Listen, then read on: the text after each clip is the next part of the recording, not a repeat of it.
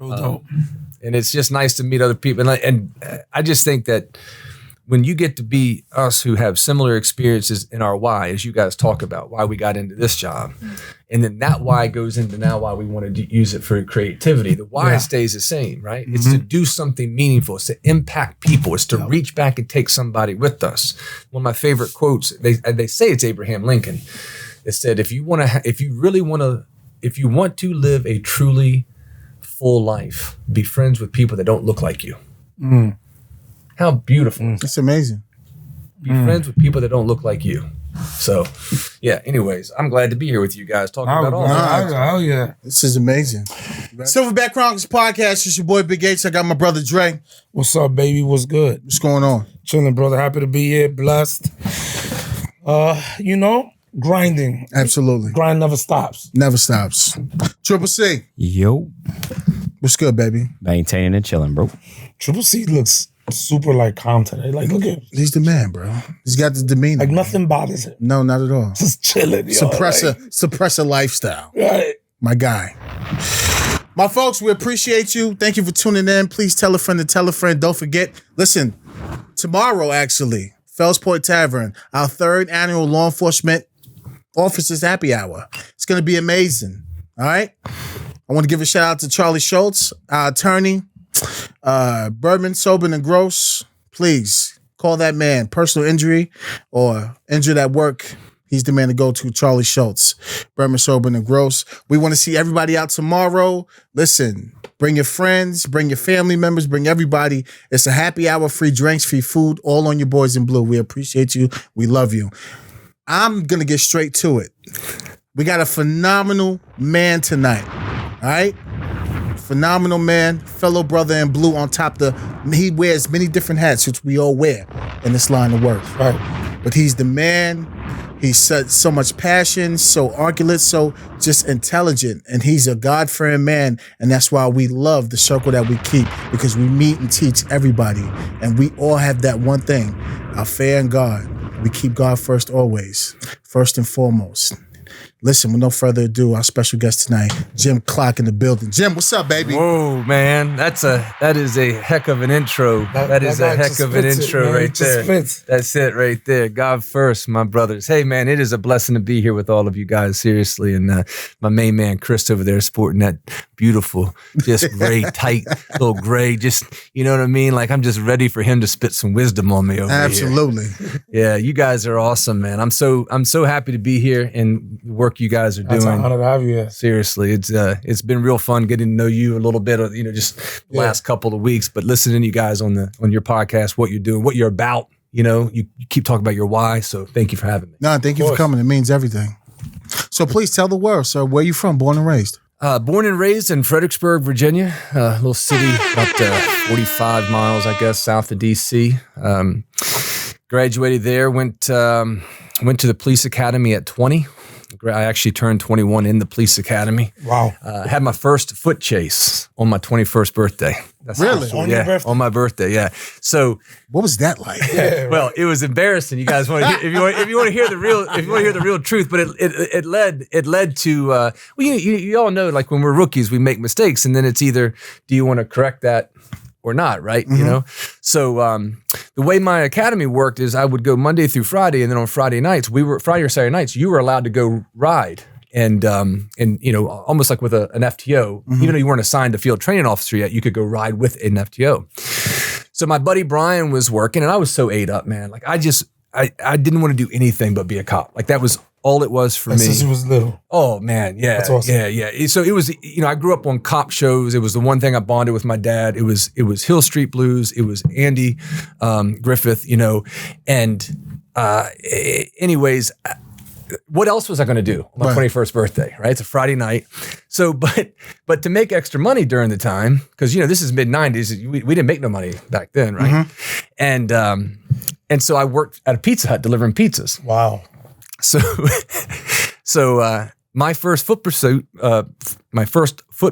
is about 2 a.m. on my birthday. I turned 21. Come out, bail out. I bail out of the car, and I'm on. And it is 426 foot pursuit. Of course, screaming in the radio. Right. Headquarters. What is your location, 426? I'm behind a Pizza Hut. Copy that, 426. Which Pizza Hut? Pizza Hut. Headquarters is direct, sending units. Which Pizza Hut unit 426? He ran behind a Pizza Hut. The sad thing is, it was the Pizza Hut I worked at. It was the College Heights Pizza Hut. And I was so wound up. Tunnel vision. Tunnel vision. Yeah. And then finally an old timer goes, he's behind the College Heights Pizza Hut. Suspect is in custody around the block. Calm down, 426. Yep. That was my, right? But you know, from that moment on, I started during my workouts, I started doing fake foot pursuits during my workouts. And you know, for the next 10 years being a full-time cop, there's not one time I screamed, not one time I was out of breath on the radio, not one time I screamed on the radio during anything, all because of that night. Not one time. So it was embarrassing, but I learned. Yeah, foot pursuits will humble you. Yeah. It really This whole job will humble you, but yes, that's for sure. Foot pursuits for sure. Foot pursuits, man. I mean, they're fun, but it's like, yeah.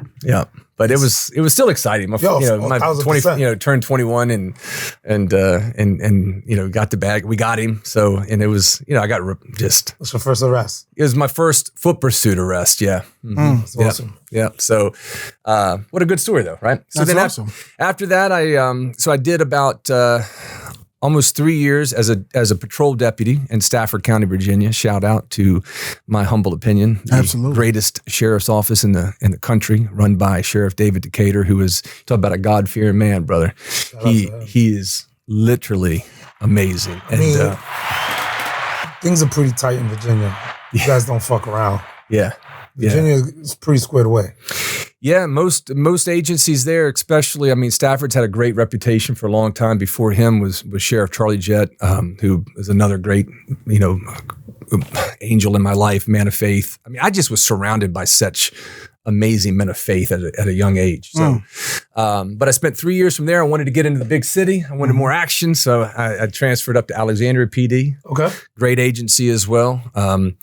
And it's where I met one of my best friends in the world still to this day, Sergeant Gerald Ford, who is why I made the Thin Black Line. We'll talk about later, obviously. But did 5 years there, had an opportunity to go back to Stafford as a narcotics detective. And went back there for 2 years. But while all of this, I had started acting and making movies and producing films. And so, that was my law enforcement career up until 30 to 10 years full time. Had an opportunity to go to LA and pursue my dream and did. And the sheriff allowed me to stay as a part-time. And I've been part-time there 18 years. This is my 27th year in law enforcement. That's amazing that they have allowed you to do both in a sense.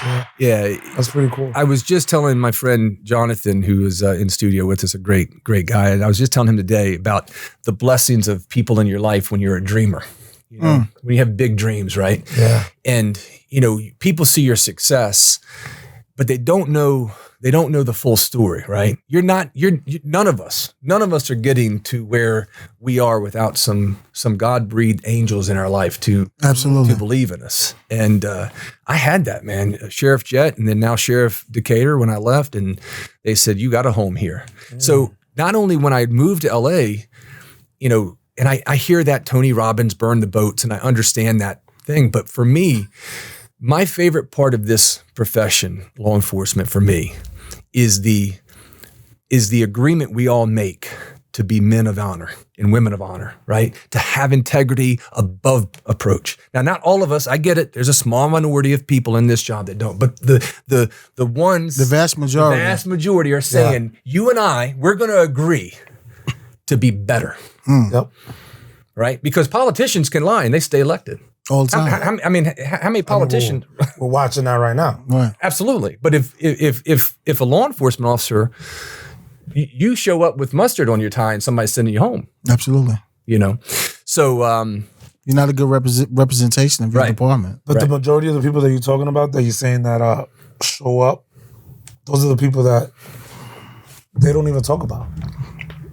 You know what I'm saying? Like they only pick the small percentage that we talk about all the time that goes out to be, and they do individual acts. Right. And we What profession doesn't have that, right? We got almost Exactly.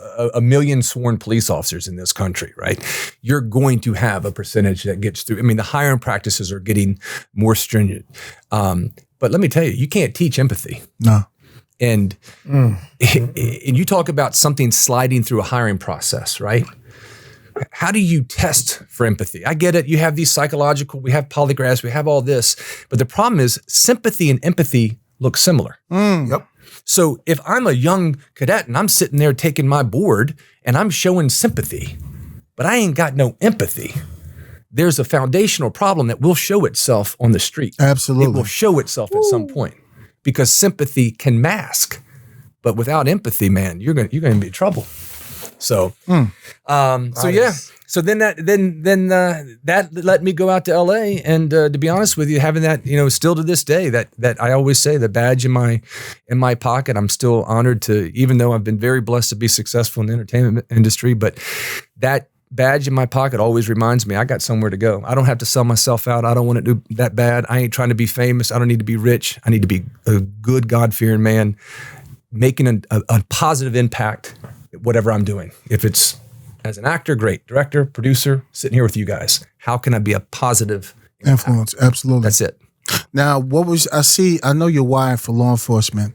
When did you discover your why for acting and then directing? When did that come about? What year? So 1999, I transferred up to Alexandria. I went back to college to get my cop degree. I'm thinking, okay, I'm 25, I'll get promoted. 30, I'll get promoted. I'll buy a house, house might pick a fence. And so I needed to take an elective.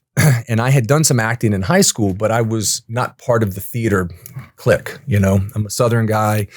I played sports. So, didn't have anyone really give me any direction, right? It sounds silly, but in 1993, I didn't know I could go to New York to go to conservatory. I didn't know that was a thing. Oh, you could go to acting school. No one told me. Right. So anyways, 1999, I'm at Northern Virginia Community College.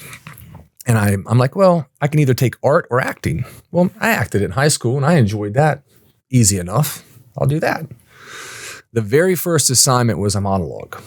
And I found this rare monologue of a guy who's a Vietnam rookie in Vietnam. And he's talking, he's like in a foxhole writing a letter or something.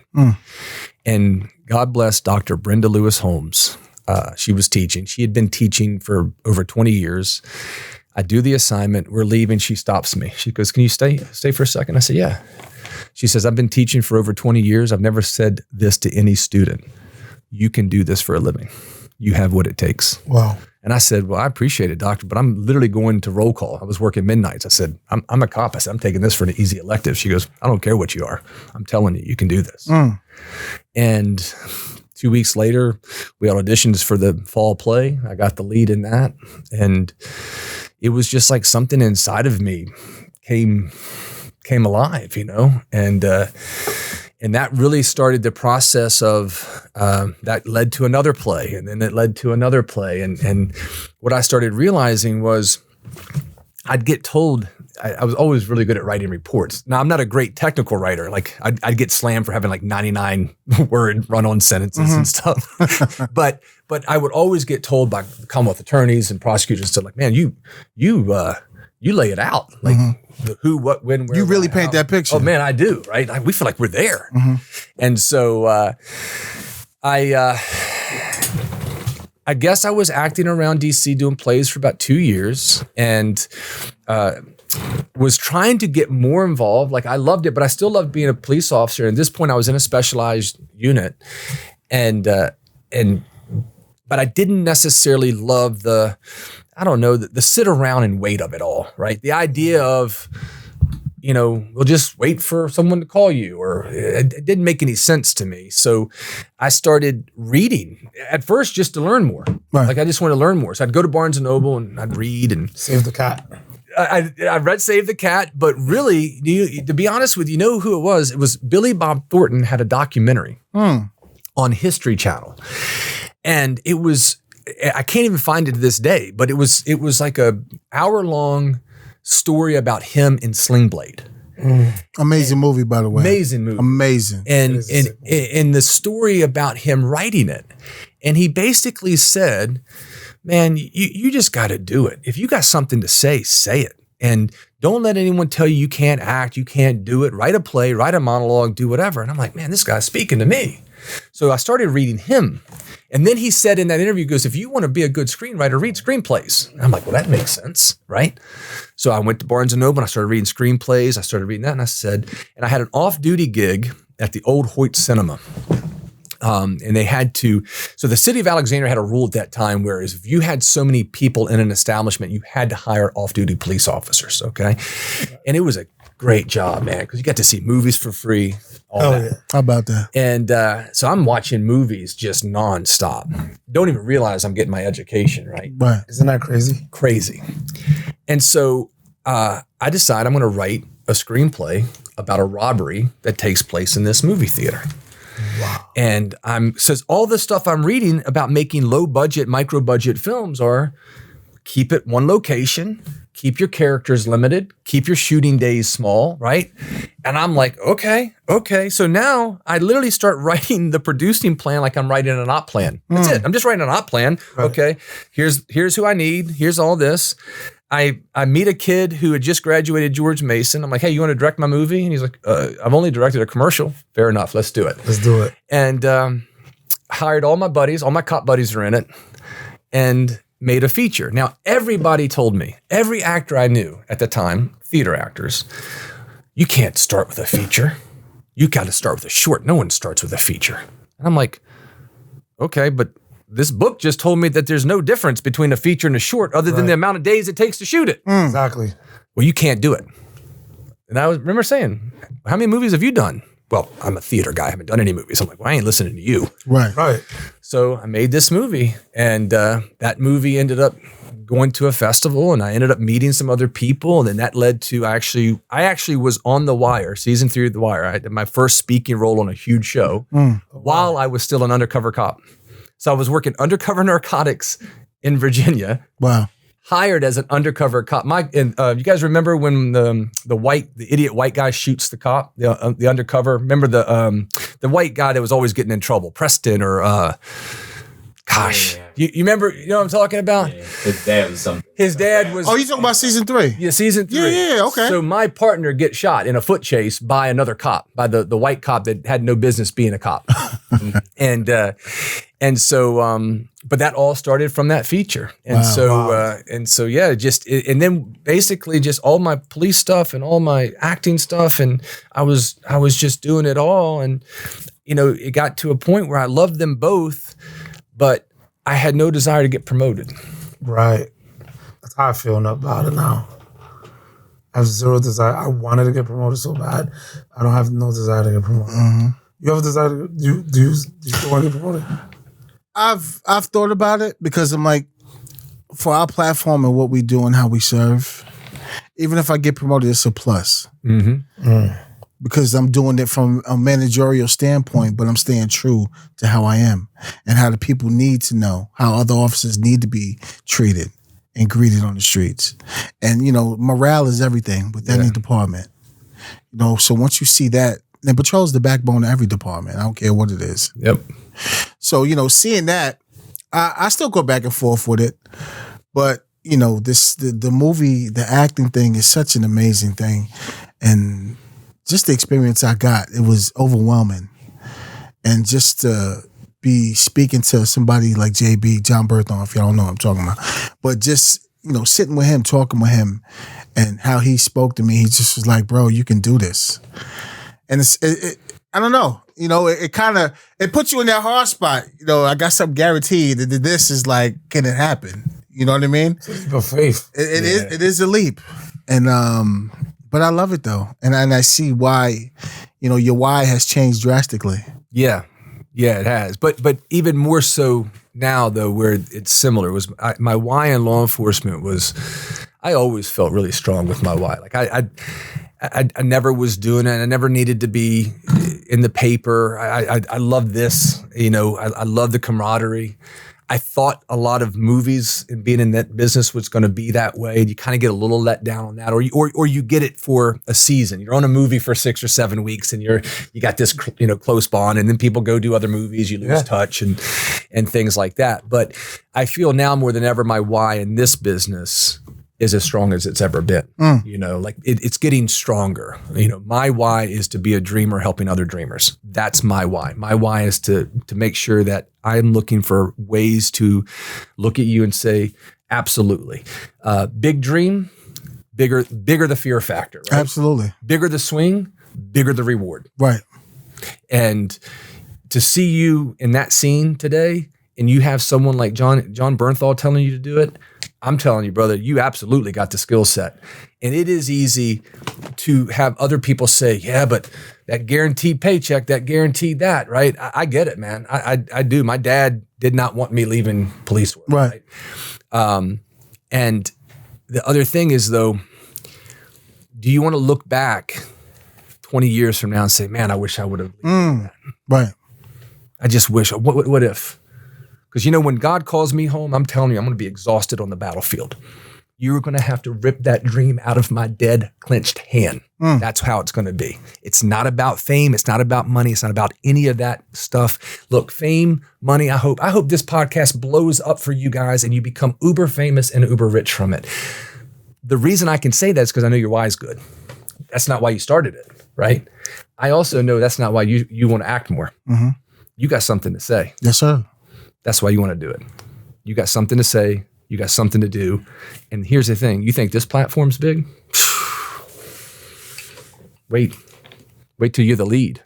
Wait till it's someone like Johnny B coming to guest star on your show. Right? I said just the other day to someone, I get asked all the time because obviously people know my relationship with Keanu, right? So I wrote down in my journal, I said, today people ask me, how is it to be friends with Keanu Reeves? But in a few years, people are going to ask Keanu Reeves, how is it to be friends with Jim Klock? That's what I'm talking about. And I'm not saying that from arrogance. I'm being a friend with me. Why? Because of who I am, what I give to people. Right. So. How was that? How is that, like, friends with Keanu? Brother, it's hard to put into words. Motherfucker's the Baba Yote. I mean, he's John Wick, bro. And everything you hear about him, oh my gosh, right? He killed the fucking boogeyman, right? First of all, everything you hear about him positive, that's not made up. I will tell you this. There's a lot of stuff in Hollywood, right? When we watch Jimmy Kimmel, and you're like, oh wow, that guy seems so nice. I'd like to have a beer with that guy. They're putting, I'm not saying all of them. A lot of times they're putting an act. A beer with him. ever. But yeah, KR is real, man. I tell him all the time, I would be his friend if he was a plumber. And I mean that from the bottom of my heart. I don't ask him for anything. I've asked him for one. I take that back. I've asked him for 2 favors. One was me and the sheriff went to John Wick and he signed a bunch of stuff for the Special Olympics because that's what I do now. Part of my assignment is I'm assigned to the sheriff and my sheriff sits on the board of Special Olympics. It's very special to both of us. I have a special needs little brother, Ross, who's amazing. And so we went up and he signed a bunch of stuff. And then my bonus son, my wife has a son from a previous marriage. I call my bonus son. I asked him to sign a picture and a quote for him. And so I don't reach out to him. Like I don't have a relationship where I ask him for a lot of stuff, but I always tell him, man, like if you were a plumber, I'd be your boy because you're just that decent of a human being. Genuine. I was listening to Joe Rogan. Joe Rogan had the director of John Wick. I'm sorry, I forgot his name. Chad Szynski. I always mess up his last name. He was a stunt guy. Yeah, world-class stunt guy. Right. Yeah. And and that podcast was amazing. That episode was amazing. Shout out to Joe. But that gentleman said the same thing about KR. Like just a regular like dude, like just what's up? And I've been blessed. So you guys didn't get to see Service and Sacrifice when you're at the Law Enforcement Museum. No, we didn't get a chance. But I sent a link so you guys can watch it. So, so I produced that movie, and it was directed by Chris Keneally and another very good friend of ours, produced it, Chris Cassidy. So I met Chris Keneally and Cassidy through KR, through Keanu, and I will tell you this, and I've told Keanu this, and I'll tell anyone, the best thing that's come from my relationship with Keanu Reeves is my relationship with Chris Connealy. Keanu's circle, the people he introduces you to are OQP, man. They're only quality people. And I love these guys. I'm telling you right now, I could call Chris Cass and Connealy right now and need anything. They drop what they were doing. And that's just who he is too. You know what I mean? So if he introduces you to someone, if he's just a genuinely kind, interesting guy that happens to be a movie star. Yeah. You know? So it's been a lot of fun. It's been, we starred in a movie together called The Whole Truth, which was my biggest booking at that time. I had been working, I had done, been blessed to be working, but that was my kind of, next level role, right? To be a lead in a film with him. But it was right before John Wick. And so he had told me about shooting John Wick, and he was excited about it, but he didn't know. He's like, I don't know, Jim. I don't know if it's going to, I don't know. We don't, and at that point, he was kind of on a lull in his career at that point, right? A slight decline. I mean, even the director, the person you mentioned, the gentleman, he even said it, like, we don't know, like, this thing was going to blow up to be what it is. Had no idea, right? Yeah, he did. He talked about that on Joe, yeah. And so we're sitting there on set, and he's telling me about John Wick. And he's excited about it. And then we wrap that movie, and a few months later, we go to dinner. And now John Wick still hasn't come out yet. I think it was maybe 6 more months later. And I'll never forget, we're sitting there at Cut Steakhouse in Beverly Hills. Great steakhouse, shout out. Cut Steakhouse. Cut Steakhouse, unbelievable. And he says, Jim, I don't know where my next job's coming from. Wow. Now, think about That's that. real. Well, it don't get no realer than that. Wow. That's real. And it was so vulnerable and honest. And because here's the thing, I use this analogy a lot when I'm working with actors. I either mentor or I work. I say, there's no elevator to success. We all take the stairs. Absolutely. Okay. 1000%. And some of us are just further along the stairs than others, right? So, a new actor that has one good credit, he or she might be on the 5th floor, right? And then I might be on the 25th floor. Johnny Bernthal is on the 100th floor. Keanu is on the 125th floor. But here's what we all share. We all got floors to climb. Johnny B ain't done. Keanu ain't done. I ain't done, right? So we're all still climbing. And the fact that Keanu wanted to have Chad direct that movie, and the fact that he was vulnerable with me at that point, before that movie changed everything, and saying, I don't know. I'm like you, man. I'm just like you right now. I just remember that feeling of, man, that was, it inspired me. It inspired me to know, hey, man, we're running a race we never finish. It's a marathon. Just go work. Yeah, that's it. And then 6 months later, I'm sitting I went to the premiere of it. It premiered in Alamo Draft House in Austin at a film festival. That's where the first original premiere was. Yeah. And whoa. And I was there. Oh, wow. I was there. Yeah. Wow. And I hadn't seen him since we wrapped, and he didn't know. I was surprised him. He didn't know I was going to be there. And just to see him legitimately light up and hug me and be like, oh God, what are you doing here? And then get rushed in. But then to see that audience and just the audience went wild. I walked out of there and I said, it's going to be one of the biggest movies ever. I did. It was evident. It was evident. What's crazy? I was listening to the podcast. All the executives are like, wait, so the guy he's like, they undermined it so much. And it's kind of like a similar, conversation we had earlier. Like, oh, you said that The Flash was 200 million. 200 million. And it's dead money. It's like these people, they're in these positions. It's like, you're so out of touch. You got to put people like us in that room that are still, boots on the ground. We know what the people want. And that's what John Wick was. Like, the fact that they undermined it, but at the film festival, everyone went crazy for it. That's crazy, man. That when Chad said that on Joe Rogan's podcast, when he said how the studio didn't think that killing the dog was going to be enough, right. Right. And the fact of just how look, I've always heard this. You guys have heard this, right? Like no one knows anything. That's the thing about creativity, right? And God knows I've swung and missed, and I'll keep swinging and missing, right? But I'm going to swing. But I do agree with you, man. I think that what's missing is we say we want authentic voices, right? That's what we say. That's the party line, if you will, in Hollywood. We want authentic voices. So I'm going to bring you two guys in, right? I'm going to have you two amazing guys come in. I'm going to sit you at a table. And let's just say I'm a studio chief at whatever studio. I'm going to say, guys, I love you. I love everything you're about. Look at you. You're real. You're real guys. You're from Baltimore. Baltimore. You don't use it, right? Baltimore, right? You're real. So I'm going to sit you down here. And I want you guys, we're going to make this as authentic as I want to make your story, your movie, okay? Sit right down. I'm going to bring in 10 writers, all right? And those 10 writers are going to come in. They're not going to look like you. They're not going to know anything of your struggles. They're probably not even going to know anything about Baltimore that they haven't read on Google. I'm not being judgmental, man. I'm just saying. No, yeah. And so what ends up happening is you have 10 people who also have their own agenda, even if it's good agenda, even if it's something that they feel their why is good. They're going to take a little bit of their agenda and they're going to maybe water down a little bit about you. Maybe they like your authenticity, but man, you're a little too real. A little too spicy. A little too spicy, you know? And I don't know how that's going to work. So I got to placate to, I got to make sure I placate to this and I got to placate to that. How can we be authentic if you can't really tell a true story from a different perspective of someone that maybe hasn't, like I always say, I haven't walked in your shoes.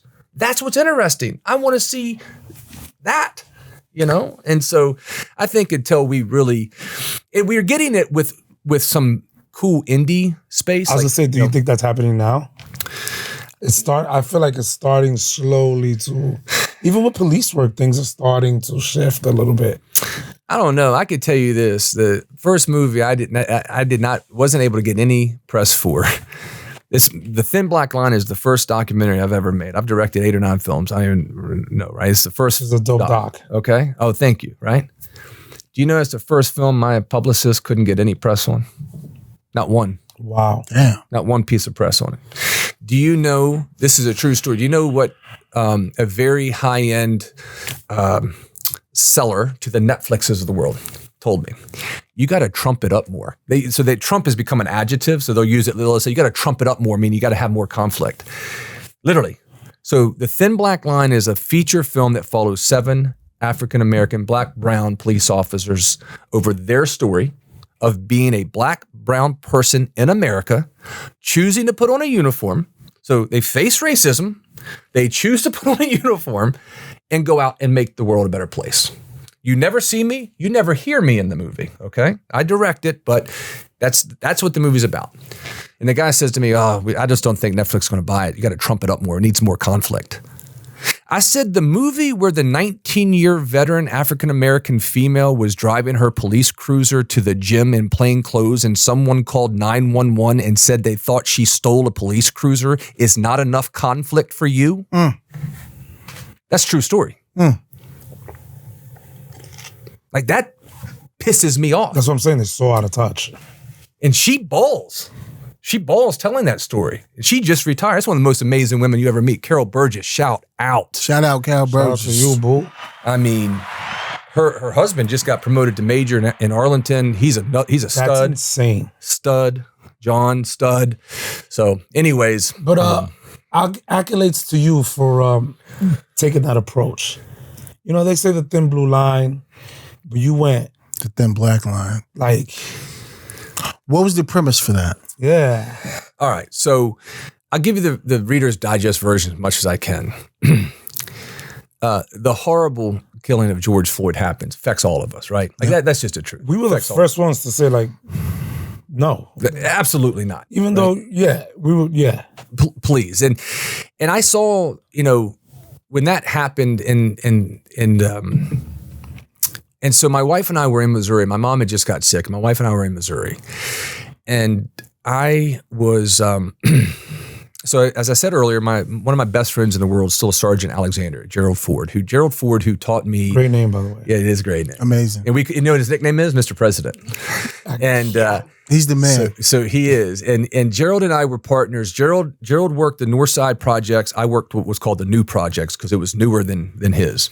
And I was the first white officer to take the assignment to live in this all African-American community. So you guys ride by yourselves out there? We ride by ourselves. But he's your side partner? But but him and I would ride together a lot because our projects were so close to each other. And he kind of took me under his wing. And so Gerald and I became really close because a couple things Gerald taught me when I first started working in the neighborhood. He said, everyone was saying I was going to fail because I was white. Everyone. And ain't it crazy? You can't make this shit up. Literally. And everyone was saying I was going to fail. And Gerald said to me, he said, win the grandmas, win the kids, you'll win the neighborhood. 1,000%. When the grandmas, when the kids, you in the neighborhood. Okay. So that was the first thing he taught me. The second thing he taught me was at that time I was gun-ho. I was all about locking up bad guys. It was full speed all the time. Piss and vinegar all day. My buddy Jonathan, who's in here, will tell you I have two speeds, 100 miles an hour or stop. And that's usually when I'm sleeping. So Gerald says to me, I had the approach that 95% of those neighborhoods were bad and 5% were good, right? Gerald said, you got your math wrong, bro. 95% of this neighborhood is good, God-fearing people who want to live a good life, the same quality of life as the rich person down the street. 5% are the a-holes. Absolutely. Doing it. So those are the two major things he taught me. Well, what happened was my mind starts being blown and gets open to things. Okay. Yeah. So fast forward, I watched Gerald Ford be called an Uncle Tom. I'm sure both of you have been called that. Absolutely. Spit on by people. He's literally working this neighborhood to keep this neighborhood safe. Yeah. And people are shitting on him, okay? I saw this man fight a guy on a Friday night. The next morning, the guy show up, knock on his door, and gets out of jail, knocks on his door, says, my grandma died. Can you help me with the funeral? And Gerald stopped what he was doing and got that woman set up with a motorcade and everything. That's who Gerald Ford is. So fast forward, it's now 2020. My wife and I are in Missouri. They're showing a news clip, and there's an African-American LAPD officer on the line. You know, the line is what we call like a protest line, right? You guys call it the line, right? The line, yep. And there's a 17-year-old white kid. And I have nothing against protest, peacefully protest. I love this country. I love the Constitution of America. I love peaceful protest. But this 17-year-old white kid is screaming in this African-American officer's face where spit's coming out of his mouth, calling him a racist son of a bitch. And I just felt like... You had his visor down, right? Yes. And I'm thinking to myself... It wouldn't have been good for homie. Get off the line and go get touched. Yeah. But I'm thinking to myself, I get this young man's angry and he's protesting, but how are we not in arms over this? How are we not more upset that this white kid is screaming at this black man, calling him the racist? Like, who's doing the job? Like my mind's going crazy. My wife's like, you need to calm down. I'm writing posts. I'm gonna post something. Right. My wife's like, you ain't posting shit. Right. Stop. So I stopped. So 2 days later, God's honest truth. You guys know who Bishop T.D. Jakes is? All day. Yes. Shout out to him. Shout out to the bishop, right? Yeah, that's the man. Life changing. The man. He's a beast. Life when changing. When he speaks, you really want to listen.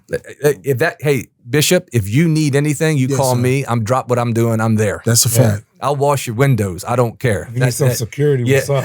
That's right. That's right.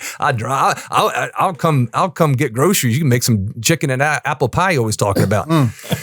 So Bishop Jakes is on TBN, and he's being interviewed by two white pastors.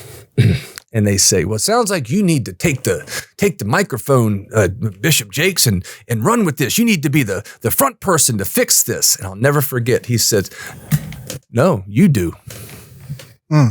And it was like a light bulb went off. And I said, oh, okay, God, I'm listening. I got to do something. I can't just let someone else do something. I got to be a part of this somehow. So I drive to Virginia. I call the sheriff.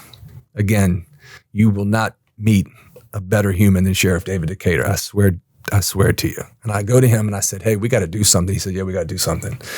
I said, you trust me enough to see if there's several officers at the department who would be willing to talk to me on record, no retribution. They can say anything they want. He says, absolutely. Wow. doesn't want final cut, doesn't want anything. He says, anything you want to do. So it started where it was originally called Behind the Badge.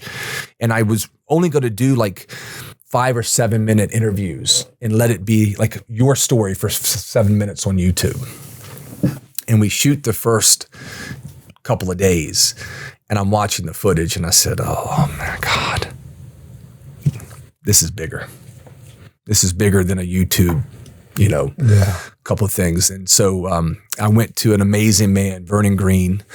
Shout out to G3 Community Services, one of the best charities in the state of Virginia. He's doing stuff all outside of that. So Vernon is an amazing man. He's a retired chief warrant officer, 4 or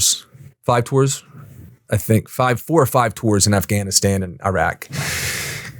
Comes back, starts a very successful contracting company, G Cubed, which he really only uses to fund his charity. Mm-hmm. So I met him through Sheriff Decatur. And so Vernon's a community leader, just an amazing entrepreneur, teacher, loves the Lord, was going to be a pastor at one time. And him and the sheriff were working together already, not only on charity, but bridging the gaps. Like Vernon wanted to be this is way before 2020. He wanted to be a part of bridging the gaps. So people of color understood what are the police's challenges in a low income neighborhood, things like that. So they had become good friends. I become good friends with Vernon. I go to Vernon. I said, hey, I've shot this episodes, but I think it needs to be a movie. And I think it should be me, you, and the sheriff. Mm. And I said, but really it should be you and the sheriff. And let me just kind of guide the story. And he was like, I'm in. He sat down to do an interview. He thought he was going to do a 10-minute interview. He ends up being a major part of the movie because he's so good. He's so articulate. And his why is so amazing. Wow. So that's how it all kind of started and came together, and then we finished it. And I spent about 1.5 years trying to sell it and get really good deals. And I got an in to Tyler Perry. I thought Tyler might be right because I thought he'd be a perfect. But I got to tell you, man, it's just people in Hollywood are so afraid of touching anything law enforcement. And the big thing was they're like, we don't need pro-cop propaganda. I said, it's not a pro-cop film. It's a pro-person of color film. Yeah. Take the blinders off. Right. That's what it is. Absolutely. Who just happens to be a cop. That happens, exactly. That's how they feed their family. It's how they feed their family. And let me tell you, all you people in Hollywood who have never been a volunteer fireman, you've never served in the military, you've never put on a badge, you've never done anything to help humanity of any sort, who get to then sit and say, no. Not touching that. How about that? Not touching that. Please. And that's where it's at. Shout out to you for doing that. No, shout out to, well, I appreciate it, but no, shout out to Vernon Green and Sheriff David Decatur, because first, as you guys know, that sheriff doesn't give the green light, ain't no story. It never happened. 1,000%. And let's be honest here. What's his upside? He's a white Republican sheriff, 3rd term, and no real issues in his county, to be honest with you, at that time. What's his upside? Right. What's his? You don't he just wants to promote, right? Promote the badge. He loves the job. He loves his people. His why is different. His why is different. He loves his people. He loves his community, and he wasn't afraid. He wasn't afraid. Whatever they said, he was like, and he was. I got to tell you, he was surprised by things. He was absolutely surprised by things that were said. During the film. Oh yeah, things that, because as you guys know, when you're at the top, not everything, things get filtered. Yeah, he doesn't know that his sheriff. He didn't know that his deputies went through the things they went through. Yeah. Correct. Yeah. Right. Absolutely. So it's like, damn, like, wow. But you know what? That's a real leader. That's a true leader. Exactly. Because he's gonna go down and be like, you know what? How can I make this better? Did he do that? Like, did he speak to them? Oh yeah, he went to the officers. I didn't. Wow. He went to the officers. He identified the officers. He went to them. He asked them if they wanted to do it. Oh yeah. And then he gave me a speech to give to each officer. Some of them I had not met. Some of them I knew, but some of them I had not met. And he said, here's what I want you to say. And they would sit down across from me and they'd sign their waiver, right? And I would give this speech. The sheriff said, "You can say anything you want. Wow. You have the permission." You know what that does to like that officer or that sheriff in that position? It just allows them to like really, so empowering. And it changes the entire mantra of that department by letting those chosen few get off what they wanted to get off and not be held responsible for it, because it's they're being treated on how they feel as being a black deputy or a man or woman of color, and that magnitude of law enforcement and what's going on and the cards that they're being dealt, because it's different. I had somebody tell me, and I actually protected her when I was with executive protection. She said, "You're black wearing a blue suit, but you're still black." I said, "Really?" She said, "Don't ever forget that." I don't get into politics like that. Mm-hmm. But just her saying that, I was like, wow. She said, "Don't ever forget, you're black in a blue suit, but you're still black at the end of the day." Damn. It's crazy. It's true. Damn. How raw is that? That is. Damn. That is. And I can just tell you this. I knew I was changed. I'm like at the drink end to of that one. Yeah. After they would get done with an interview, I'd be exhausted. And then, and literally, you can ask anyone. Jonathan, my buddy, was in studio with us. He was there. He's one of the co-producers of it because he worked for Vernon at the time. And I would ask a question and not speak again until they stopped talking. Yeah. I didn't interrupt. I would ask a question and sit back.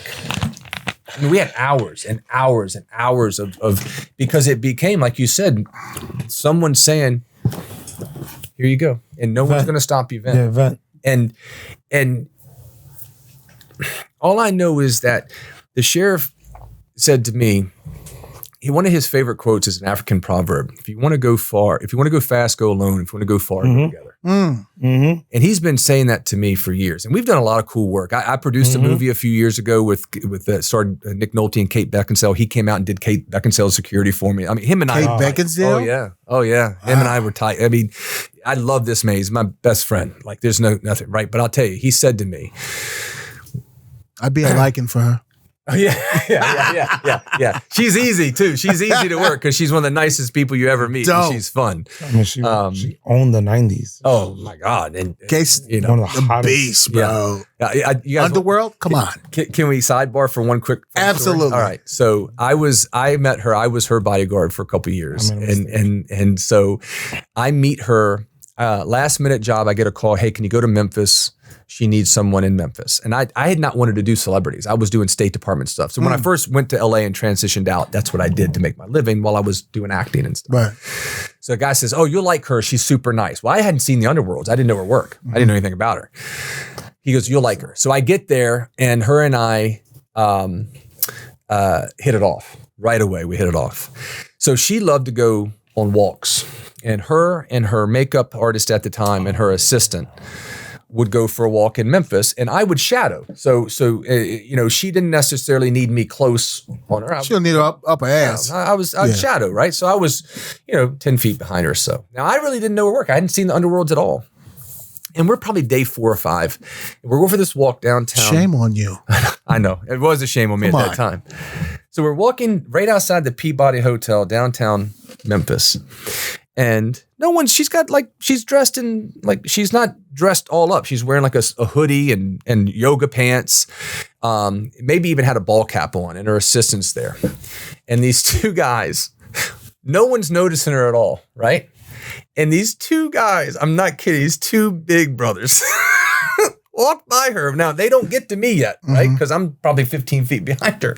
They walk by, they look over their shoulder at her butt. They said, "Damn, bro, that's Kate Beckinsale." That's true story. True story. Did not recognize her face. And just saw her ass. Checked her butt out and said, "Damn, bro, that's Kate Beckinsale. and they're smiling at me. And I'm like, yeah. That's pretty cool. That's funny. She's a very, very nice person. Love out to her and her beautiful daughter, Lily, who's an amazing actress as well. But she's gorgeous. I had brought the sheriff out. So my point is very close, and he's always been an inspiration to me and always be. So we're making this, and while we're making it, he starts to get some heat.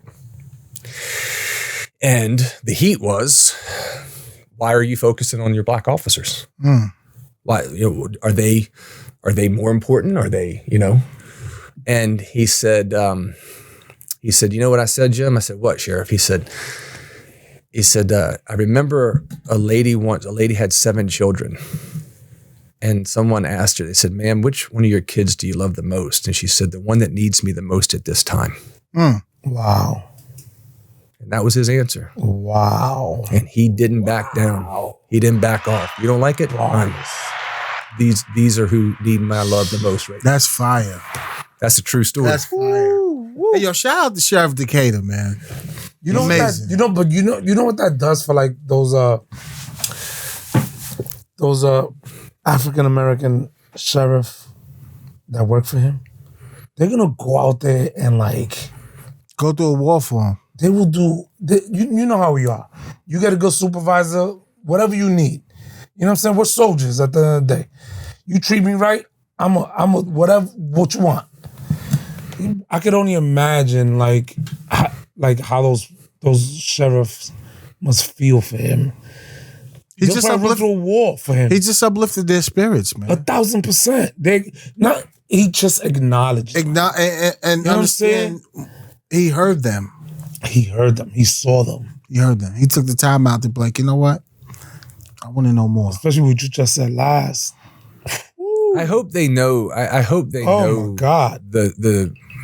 I hope they know the challenges and what it was and how bold it was for him, because I feel like a little bit of it. Look, they're not in the movie business, and I get it. They've been frustrated by it hasn't come out. It's scheduled right now to come out in January of 24. A lot of people don't understand that it's a process. They don't, and they don't understand also that I was trying to get I didn't want to settle. So I was taking my time. When I had 4 or 5 different friends get me to Tyler Perry's people, that takes time.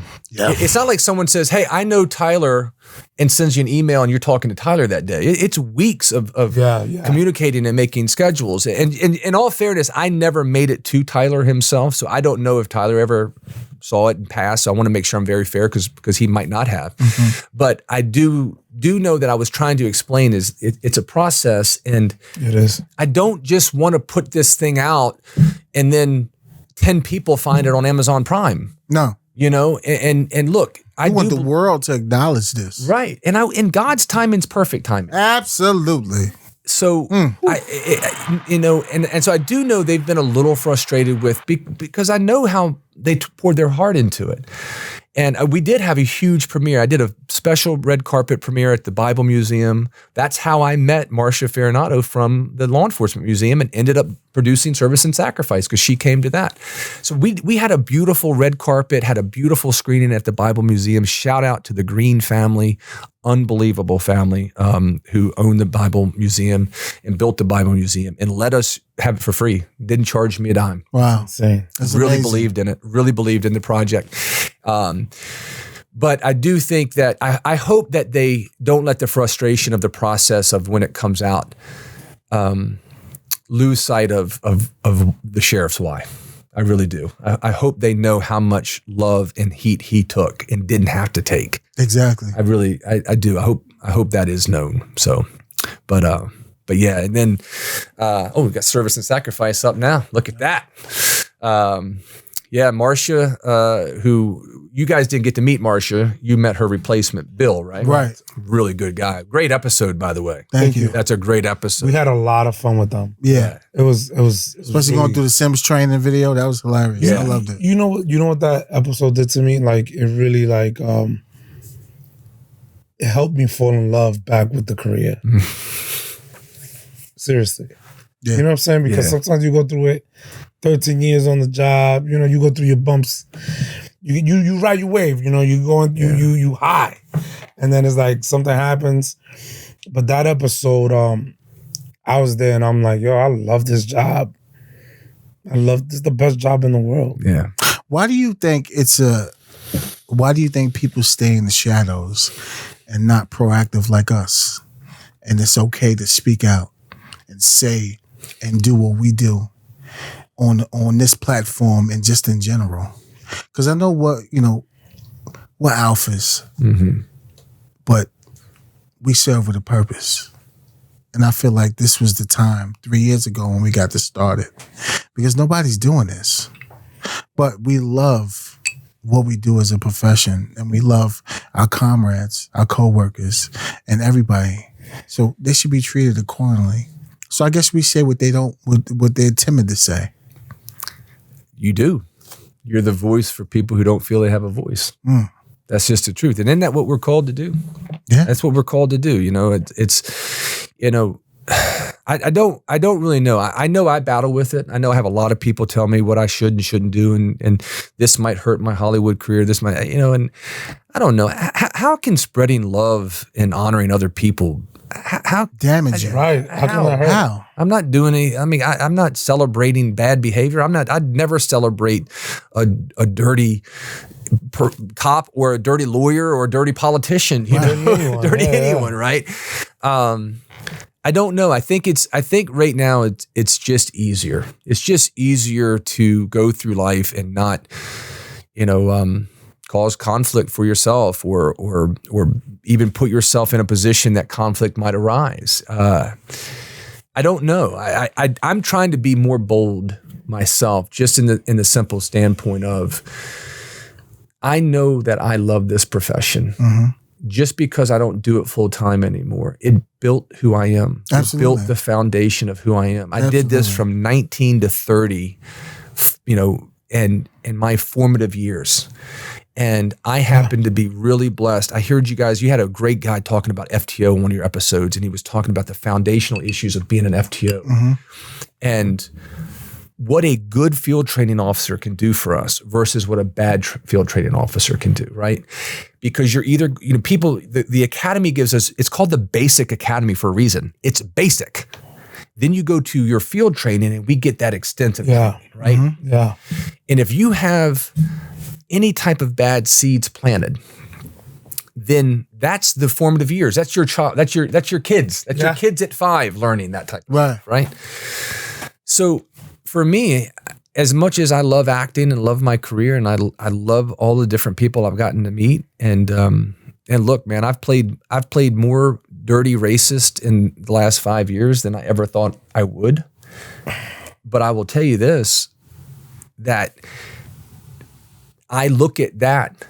I remember doing The Green Book with Peter Farley. Phenomenal movie. Phenomenal movie. And Mahershala Ali and I, the first day we meet, I haven't even got to shake this man's hand yet. How was that? Brother, and then we're right into it, and I'm saying these things to him. And on cut, he comes over and he smiles and he puts his hands, he goes, "It's so good to meet you. So good to meet you." And I was like, oh boy, he just gave me the green light. Because you can't honor what those men went through if you dip your toes in as a racist. But think about that. Think about that psychologically, right?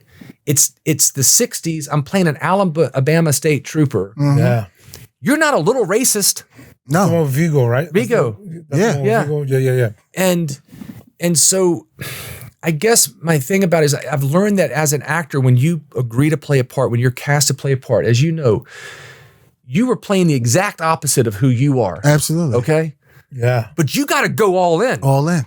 You can't be like, I don't want to be a really bad drug dealer. I think I'll be like a little bad drug dealer. Right. You can't do it. You got to paint that picture to a T. It's dishonest. Yes, sir. Right? I'm trying to do the same now, just in my personal life. Wow. You know what? I love cops. I love this profession. I love the beauty of the people. But I will tell you this: are there some bad apples? There are.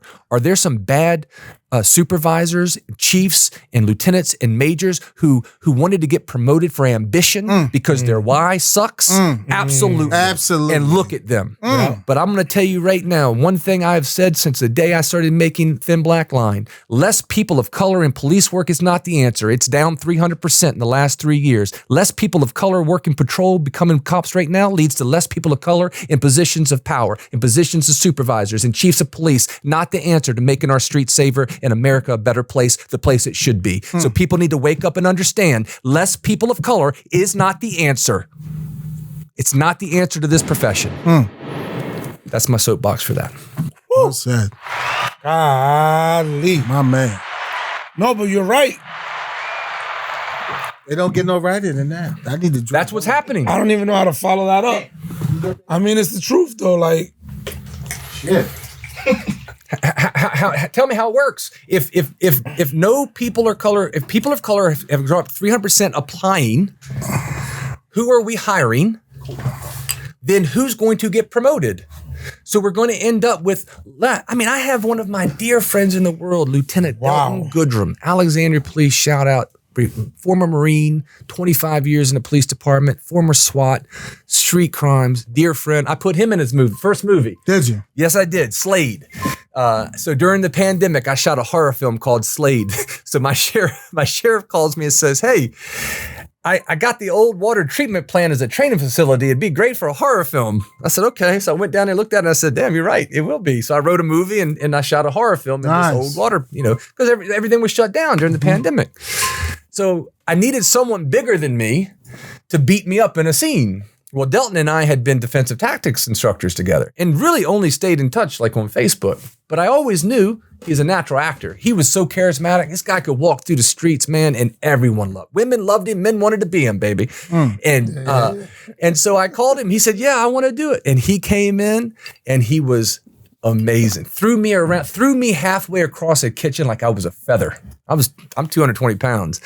That's why we got people that come on board on the job because of us. Yeah, that's great. Shout out to you guys for that. It's so wild. That's amazing. It's crazy That's how amazing. many. That is amazing. How many It's applicants are coming in? It's wild. That's amazing. During the time where like no one wants to be a Nobody cop. wants to be a cop. They're like, they hit us up on IG. What is the and DMs? Facebook. I don't They know. DMs us. I'm not young. I don't keep. Like they're like, yeah, I know, right? yeah, the DMs. And they're like, hey, because of you guys, I want to be a Baltimore City cop. Exactly. Or we had a guy the other day. Hey, because of you guys, I want to be a cop. Like he's in Ireland. He's like, I'm gonna join the police department in Ireland. Yeah. That's crazy. And I'm like, what? that's if you build it, they will come. They will come. Say what? Ireland, BPD. I'll be looking for y'all. I'm cutting. Yeah. I know Conor McGregor, what's up? Yeah, BPD, you better start cutting the check in a minute. Absolutely. I mean, what's up? It's doing well around the world. So Seriously, They're coming like, because of us. I'm gonna people are really keep it a legit 12 glass of water. yeah. Future earnings of Chris. people are legit coming to Baltimore. This isn't the NYPD. No. Like the NYPD is a prestigious. They're coming to Baltimore. Like, yo, we want to do. Like, I want to do what you talk about on the podcast. We got people And come from Connecticut. Like, yo, Yes. I love what y'all doing. You know what I mean? Prestigious department, like Connecticut. What? What? That's You want to old leave money. Harford County? You want to leave? You want to come all the way here You to want to the leave dungeon? Greenwich? You want to leave one of the most richest, counties in the in the United States? You want to leave Greenwich, Connecticut, to come to the concrete jungle to serve? Come on, man. It's different. Come on, man. It aligns with what you're doing. It aligns exactly with what you're doing. You know? Yeah, but that's something you guys should be super proud of, man. Like seriously, super proud of that. You're just by being you. I don't think it hits us. Like, I think we're like, yo, love, come through. Anything you need, we got you. You know But I why? don't Because think it's more than policing for us. And we got a taste of that other side, the side you at. Mm-hmm. And we want all of it. Amen. I'll play whatever they want me to play. Mm-hmm. You heard? Absolutely. Yeah. Absolutely. So it's next level for us. But, we love to serve. And it's just in us. Like, I couldn't serve no other way than be the man that I am.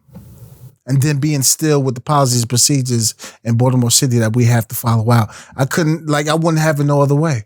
Because I'm a man first before this badge. That's right. So they respect me. They love me. Now, if I catch you, I got you. It's all good. You just know I got you. And we can laugh and talk about it as soon as you get back out, but it is what it is. That's right. It's a cat and mouse game at the end of the day. But I'm going to serve the way I'm supposed to serve. Yeah. We treat people that way. Absolutely. We With the understand. utmost respect. Like we understand that this is the way you make money for your family. We respect the hustle. But today you got caught. That's it. right. That's right. I really got to give a lot of, on top of the amazing men of faith, specifically in high integrity, who I just was blessed to be around as a young officer. Because there is a big, look, you're blessed to come on this job and have a great foundation. 'Cause there's a lot of people that come on this job and you can have bad influences, right? Easy. You can have bad foundation. And that goes bad. That goes right. bad. That goes exactly. You're right. That's an excellent point. And I didn't earn that. It's like it's the beauty of the love of Jesus. It's grace, right? Well, I didn't do anything to earn God's grace. That's the beauty of it. He gave it to me freely. Well, I didn't do anything to earn these amazing men, Charlie Jett, Ralph Williams, Sheriff Decatur, Dennis Toombs, God rest your soul, being so good to me to show me how to do this job with integrity and honor, but most importantly, be a gentleman. And my mom raised me to be a gentleman. I was raised with women. Absolutely. Me too. And here. shout out to the moms, man. Oh, yeah. Carol Elizabeth Tillman, I love you, baby. Hello, Millie. Mama Klock in heaven looking down. She's enjoying this. She's loving you guys, so she's enjoying this. But I pray that her hands are on us right now. Just a few days ago, someone asked me if I had to say one thing that's been so beneficial in my entertainment career, right? And they said, if you had to name one thing, would it be your talent? Would it be this? I said, no, I'm a gentleman. That I really do believe being a gentleman in Hollywood has helped me dramatically. It was also the thing that helped me in my police career. Yeah. It really was. Just like you just said, I could lock you up. I remember locking a guy up who tried to shoot me. He went into his right pocket. He had just robbed a guy, and I didn't know. So as I'm talking to him a couple blocks away, the alert tone comes out. And as he hears the alert tone, he dives into his pocket, and we fight over the gun and get it out. And he was a 18-year-old kid from DC who had taken the train over, but didn't realize the train didn't go back to DC after midnight, so he was kind of stuck. And he was trying to do a stick up to get money to take a cab home. I took him to the station. I bought him some soda and corn chips, and we talked about his grandma, and we talked about anything. And I literally said to him, I said, why'd you reach into your pocket? He said, well, I was going to shoot you in the face. And I said, why? He said, because I wanted to get home before my grandma woke up. Wow. Just like that. You wasn't going to make that shit. And then Wow. But I remember saying to him, I was like, well, tell me about your grandma. Because, you're in booking. You guys know, but you're in booking for hours. Listen, be with you. We're going to be talking. And this kid who tells me he wants to shoot me in the face is going on and on about his grandma. It's the only good thing in my life. She's the only good person in my life.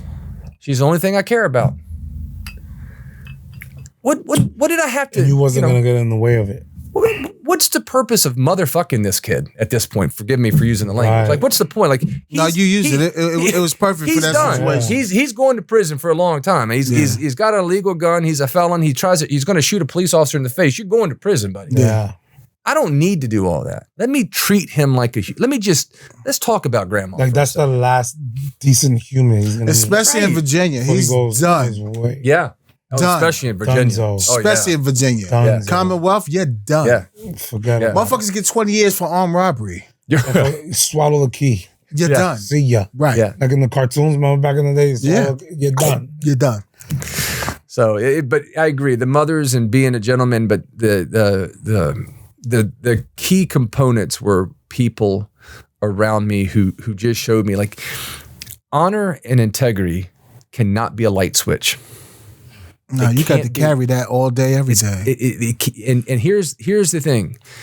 I feel like, not all, but I feel like a lot of times with this upper management and law enforcement, you get so political. Oh, God. That Preach. truth becomes a pendulum. Yeah. Truth becomes, well, if I'm talking to this group, my truth is going to change a little bit because I don't want this group to be mad at me. And now I'm going to go over here, and my truth over here is going to be a little different. What do the most violent cities in America right now have in common? What do you guys Tell me, what do you think? What's the most? What's one thing policing the most violent cities in this country? Democratic leadership. Get rid of politics. I don't care. Nothing about politics. All right. Let's just talk about policing. What's the difference in policing in extremely violent cities? The hands-on approach. Letting these motherfuckers do what they want to do. Pardon my French, but letting them do what they want to do. More reactive. Bing. Reactive policing will not keep a city safe. At all. Never. You cannot have a reactive police department in a safe environment. No. Can't happen. We're seeing it across. Get rid of all that. It's basic. We've seen it for years now. Exactly right. You've got to have a proactive, engaged, well-trained, well-supervised law enforcement department. And that has to be run by men and women who are about honor and integrity as the officers they're asking them to be. 1,000%. Sometimes you gotta let gorillas do what they're supposed to do. 1,000%. Silverback? All day. I Listen, want to be a silverback. What's going on? You are. You are, though. That's what I'm saying. Like, you are, all day. Nobody said this policing shit is easy. It's not. That's right. You got to do what you have to do to get results, unfortunately. It's only so much, sir, can you please stop doing that? Shut the fuck up. Oh, I totally understand where you're coming from. I'm going to shut the fuck up. I don't want no issues with you, sir. Just want to make sure you can stop doing what you're doing. Shut the fuck up. I'm totally sorry. I understand where you're coming. How much is that going to get you? Yeah. Just go on your patrol car and leave. Yeah, which is what people are doing. Yeah, which is what a lot of people are doing, right? And then the terrible incidences that do happen, people say, well, that happened because they were a proactive police work. No, this stuff's happening because you have poorly trained officers, poorly supervised. Yeah. Or you have officers who shouldn't have been in this job to begin with. Let's just be honest. Right. They want that good salary. If you come here to get a check, you in the wrong profession. But we don't talk about it all the time. Like, the job was going to expose you. Yes. The job? Yes. I get it. You with the people, but the job was going to expose you. Yes. Because if your heart is not in this job, you're done. Right. You're done. Right. And if you'll lie a little, you'll lie a lot. Oh, come on now. Yo, this guy is... Doesn't matter if you're a patrolman or the chief. If you lie and you're okay with lying a little, my producing partner used to get mad at me in LA, and she used to say, you're too hard on people. Everybody lies in Hollywood. Everybody lies a little in this business. And I said, I refuse to accept it. Then we will find other people to work with who don't. And maybe we'll never hit fame and fortune. Maybe I'll never be hanging out with JB at the Real One's Ojai house. That's okay, because I won't be a lying motherfucker. And I ain't going to steal from anybody, and I ain't going to be greedy, and I'm not going to sell my mother or my soul for something that's so short-lived. Yeah. It's so minute. Like even the promotions. How this thing that happens where we're all brothers, we're all on the same unit, we love each other. Then all of a sudden promotions come out, and I'm eating you, you're eating me. We're screwing each other for what? We had individualism. We experienced that already on the podcast. What? That like with the Van Layton one. Oh, Van Layton. Yeah, we had an interview with Van Layton. What happened? Yeah. Yeah, we went in. It was during the time. It was the Virginia, right? Remember, it was the Virginia. Remember the Virginia Army lieutenant. He got pulled over. Pulled over and got pepper sprayed. Yes. Yeah. We was the first ones to be like, that's bullshit. Yeah. Those officers were out of line. There's no way in the world he should have been treated like that at all. And I think that was right around George Floyd. Yeah, right? Same time. So he came on and wanted to talk to officers, and I think he expected us to be like, no, George Floyd was, like whatever. It was textbook. So and I think, and you know how raw we are. We kept it a buck. Like, no, that was wrong. Yeah. Nobody treats nobody like that. No. Nobody that goes to any police academy is trained to do that the way he did, to put his knee in the back of that man's. That's horrible and disgraceful. That's horrible. To everyone that wears a badge. Everybody that wears the badge. Right. Yeah. So we were on the thing, and it's all love. Hey, what's up, guys? You guys are amazing. Thank God for police. As soon as the, action came on, and then we were like, wait a minute, like. No, as soon as the interview wrapped up, he's talking to his co-host Rachel, and he was like, "So what did you learn, Rachel?" "Oh, we didn't learn anything." We think we need to abolish police. And then we saw the comments, we should abolish police. And we're like, that's not what just happened. Yeah. You know? That's not what just happened. Lie a little and you'll lie a lot. And that's, yeah. And now I was like, oh, I see what we're dealing with now. Yeah. How many likes can I get? How many likes can I get with, stoking this over here and not having any real knowledge or anything like that? I feel like in society now we're starting to see the after effects of like just doing shit for likes. Oh yeah, absolutely. It's the fame. It's and even when It's all bullshit. It's all bullshit. And again, when I meet young actors who want to work with me, and I do a lot of mentoring for free because it's hard to act. It's hard to get started. It's a very expensive investment in yourself. Yes, and there's so many people who are just, you get off the bus in LA and it's like, come to my acting class for $425 a month.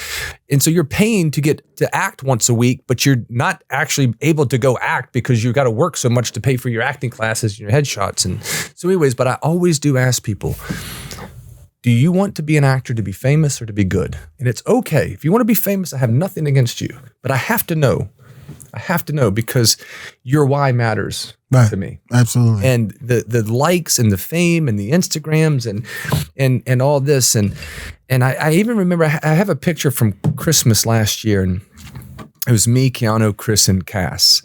And somebody asked me like, oh, you should post that. And I'm like, I ain't posting that. That's us, man. Yeah. That's Yeah. Cherish those It's just moments. certain things. that's us, you know. Yeah, we got mad pictures with JB. Like Yeah. That we don't That's post. something you do. Like, He's something our you do bro. is fine, Like, but, same thing with Jamie Hector and Darryl Gibson. Like, But you know, when you what? post, I feel as though it takes away from it. yeah, we're Yeah. not looking It takes for that. away from that moment. Yeah, exactly. You know what I'm saying? Yeah. It's. I feel like you're a groupie. If you post and post and post, Yeah. like, come on, we're not here for that. Right. Like, enjoying that time, breaking bread with that individual. That's what it's all about. That's You know what I'm it's all saying? about. Building Yeah, bonds. we're not into like, Yeah, I'm not into the glitz and the glamour. You know, God is everything, and He keeps His angels around the strongest soldiers. Mm-hmm. So being successful it's already in the plan. Yeah. Because we putting it into fruition. We putting the work in. So that's gonna come. But all that extra stuff, like I'm good with all that. And we're not into I think that takes away from it. You know, it takes away from that moment that you shared with that individual, and you really bonded, you conversed, and dropping gems on you, and really being a sponge, and talking and understanding, acknowledging that. Thank you so much for that time. You can't get that back. And you can't. And then also, what does it say about us as people? Yeah. Is if I need to be validated because I'm friends with this person. How about that? It doesn't. How about that? That does nothing. No, my validation is he loves me. Right. My validation is you guys invited me up here today. That's my validation. My 1,000%. my validation isn't what your star meter is, Right. or how many. I don't even know what that is. This IMDb star meter. No, right? I know. Oh yeah. But it's like, that's but you have so much of that stuff of. I was at an event, I don't know, maybe 3 or 4 months ago. Amazing actor, Ava Michelle. I've been working with her for years. She's the lead of Tall Girl and Tall Girl 2 on Netflix. And so I've been her coach, and she's just an amazing young lady. She was on my podcast this weekend, in fact. And so Wait, you have a podcast? I do. New Thoughts for Actors What is and that? Yeah, New Thoughts. Tell us. Yeah, New Thoughts for Actors and Filmmakers. It's just about dreamers helping dreamers. It's super positive. It's just about all the different things about trying to build good foundational tools to go after our dreams. I have a saying, writers write, directors direct, producers produce, actors act, everyone else just talks about it. So the foundational things to get you started. And we just started shooting season 2. So we have 1 season out now. It's on Spotify and Apple and all that different stuff. And so dope. That's awesome. but it's literally, I don't do We're it for gonna money. promote it. That's Thank so you. dope. I don't do it for money. I do it for one reason. First, glorify God, because I am 1,000%. nothing. That's it. I wouldn't be here without, it makes no sense. 18 years ago, I was buying dope as an undercover cop. I now, sitting here with you guys today, and I say this with humility, but to get my point, I have over 100 acting credits. I've starred in movies with movie stars. More like 130. 130, thank you. Yeah. I've produced over Like 40 legit. films. Yeah, Right? for sure. Directed several films. Amazing. Yeah. But 18 years ago, I was literally in a Wawa parking lot buying steroids as a UC cop. This makes no sense to me. This makes no, I have to like literally I'm living a dream. It is God-breathed dream. It makes no sense. I didn't go to Juilliard. I didn't have anybody. I didn't have anybody in the entertainment industry. I didn't have any of that stuff. So I want this podcast to be, I want to glorify God with it. And I want to just be encouraging to dreamers. I just want to put something good that when people listen to it, they say, I can do this. Absolutely. Yeah. One step at a time. I can do this. If I don't have parents telling me I can do it, if I don't have friends telling me I can do it, if I don't have, it doesn't matter. They're going to come to this podcast and they're going to listen to, and they're going to get some real, and I keep it real. Like it's not from, I got it figured out hill. It's not. It's about, hey, here's where I've fallen. I tell the stories about how many times I've fallen, I've gotten knocked down. But we do it with love. And it's not result oriented. My man over here, Triple C, greatness is a process. The one of my favorite sayings is true success is defined by effort and process, not results. Coach John Wooden. And that's how we attack acting. It's not about the results. It's about moment to moment living honestly in that moment. Yeah. Results are outside my control. Absolutely. So anyways, that's the podcast. But Ava Michelle and I were at this event for her mom's boyfriend has a great tequila and I think vodka company. What's the name of it? Serene. Serene. So good. Send us a bottle. Okay, shout out Ava. Have your mom send my new friends some Serene. We like tequila. I will get on that. And but I'm literally overhear a guy. I'm not kidding you. I'm having a conversation and I overhear a guy and he's got his phone out talking to this girl and he's like, "See how many followers I have? It's a grown ass man. It's a grown ass man." Right. And it Like, plays. what does that even mean? And he's and you can tell the woman like, what? Like, Right. you know, and he's a little tipsy, but he's like, look how many followers I have. See, I got over blah, blah, blah. And I'm like, what? And I'm not making fun. I'm just saying that when it comes to posts and stuff is I want to post good stuff that's encouraging, that's honest from me. And I don't need to be validated by famous friends. Right. You know what I mean? Absolutely. Validated by the person I am. Right. Yeah, I'll take this time out to like shout out to all of our followers. All of our followers are organic. Like they buy our merch, they hit us up. They like we stated, from different places. They come on the job, they recruit, and we love them because we're not into that. We're not into buying followers. You know, you buy followers and then 6 months later, you're down to where you started. We believe in grassroots. We believe in and we talk to everybody. You know, there'd be people that come up to him, come up to me, and it's like, yo, what's up? They're like, yo, and we like, yo, hugs. Like, what's up?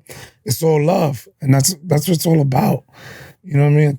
Along with what you're saying. You guys are doing it right. I was telling you guys before we got started, like I stumbled on Johnny Bernthal's Real Ones. Shout out to Real Ones. Oh, yeah. Shout out to JB. They're well, by the time this airs, the new season launches tomorrow, July 11th. Whoa. All right. So it'll be a perfect. week, but yeah, new season's out. Check it out, Patreon, all that shit. That's awesome. Yeah, I stumbled on it. I didn't even know Johnny was doing it. And so I stumbled on it, started watching that, and that's how I found you guys. And then I started following you guys, and then you and I became buddies on Instagram. Yeah, love. Organic. Organic, you know, all love. Just like, oh man, I like what you guys are doing, and I loved, the episode we were talking about was the Shia, Johnny and Shia, and Johnny got a lot of hit. You know, I'm calling him Johnny like I know him, but the people I know him call him Johnny. Is that so? I know people that have worked with him, but I mean, he's like that, like like He's the so type of humble, person- man. Yeah, like You call him, they call him Johnny Boy, but we call him JB. Yeah, That's our brother. That's a good one. It's similar to like that, like KR. JB's. Yeah, it's like your KR. But Yeah, he started the podcast and Real Ones. Shout out to Dennis. Shout out to Dennis's team. Yeah. Chase. Shout out to Chase. Those guys are working, and it's like their podcast is dope because it's real. It's like this. It's like what we're doing right now. Like from an actor standpoint, you have an actor that like, I don't even think he considers himself an actor. He just, like, he legit wants to just help people. Yeah. Similar to what you're saying. Like, we're here for the why. We're here for, like, let's push people towards their dream. I'm here to make dreamers dream. You know what I'm saying? Like, and Real Ones has become dope, and it's just been phenomenal, you know? Yeah, touched a lot of lives. It's a phenomenal partnership, and not even just partnership, but a brotherhood. Yeah. Johnny, JB he's not a materialistic guy. Yo, if you watch him, same black boots that he wears today. He walks around work boots. He wore the same, like military boots. He wore the same boots when we own the city. Like he does, like the material shit means nothing to him. He never know. Sweatpants, jeans, like he's so laid back. It's just amazing. There's a beautiful company out here called Atlas. Yeah. Restaurant Group. Atlas Group, yeah. They own the finest. Shout out to Atlas. They own the finest restaurants in Baltimore City. Yeah. Right. They've allowed. Yeah. They one day, you know, he shows up in sweatpants. And the guy's like, you can't come in here. JB's like, bet, I'll go home and change. Like a regular person. Anybody else would have been like, who you talking to? Yo, that's the restaurant's policy. Yeah, and that's a real dude. He was never like, yo, I'm this guy, I'm do this. No. He was like, no problem. I'll be literally, like he lived upstairs, did the thing, comes downstairs, changes into jeans, we're in. Mm-hmm. Everything's fine. That's a gentleman. That's the gentleman. That's a gentleman. You know, complete gentleman.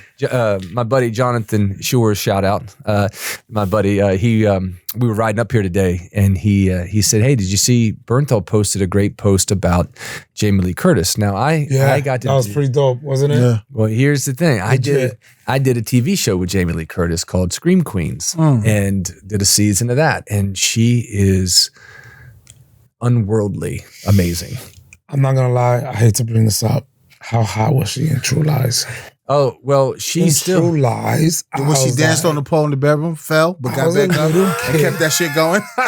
Yo, shout out to her. Jamie's amazing. Shout out to Jamie Lee Curtis. She is hot. She's still hot. That she's was still hottest. beautiful. I mean, I come on to that set the first day of Scream Queens. We're shooting the pilot of episode 1. And I hadn't met her. We meet, and I'm playing the homicide detective that year, and then I'm her love it.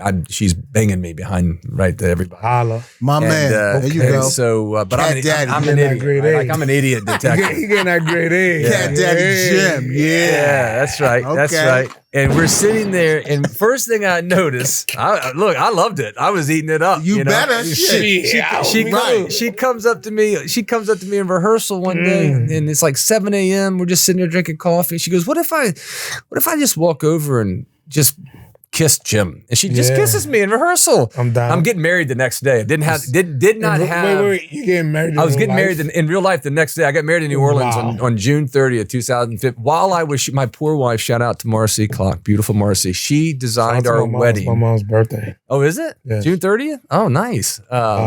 She designed our wedding around my shooting schedule of Scream Queens. That's true. That's dope. Tuesday night at 7 o'clock. Believed in it. And so, but anyways, the first thing I noticed about Jamie Lee is she was the first one ready to work.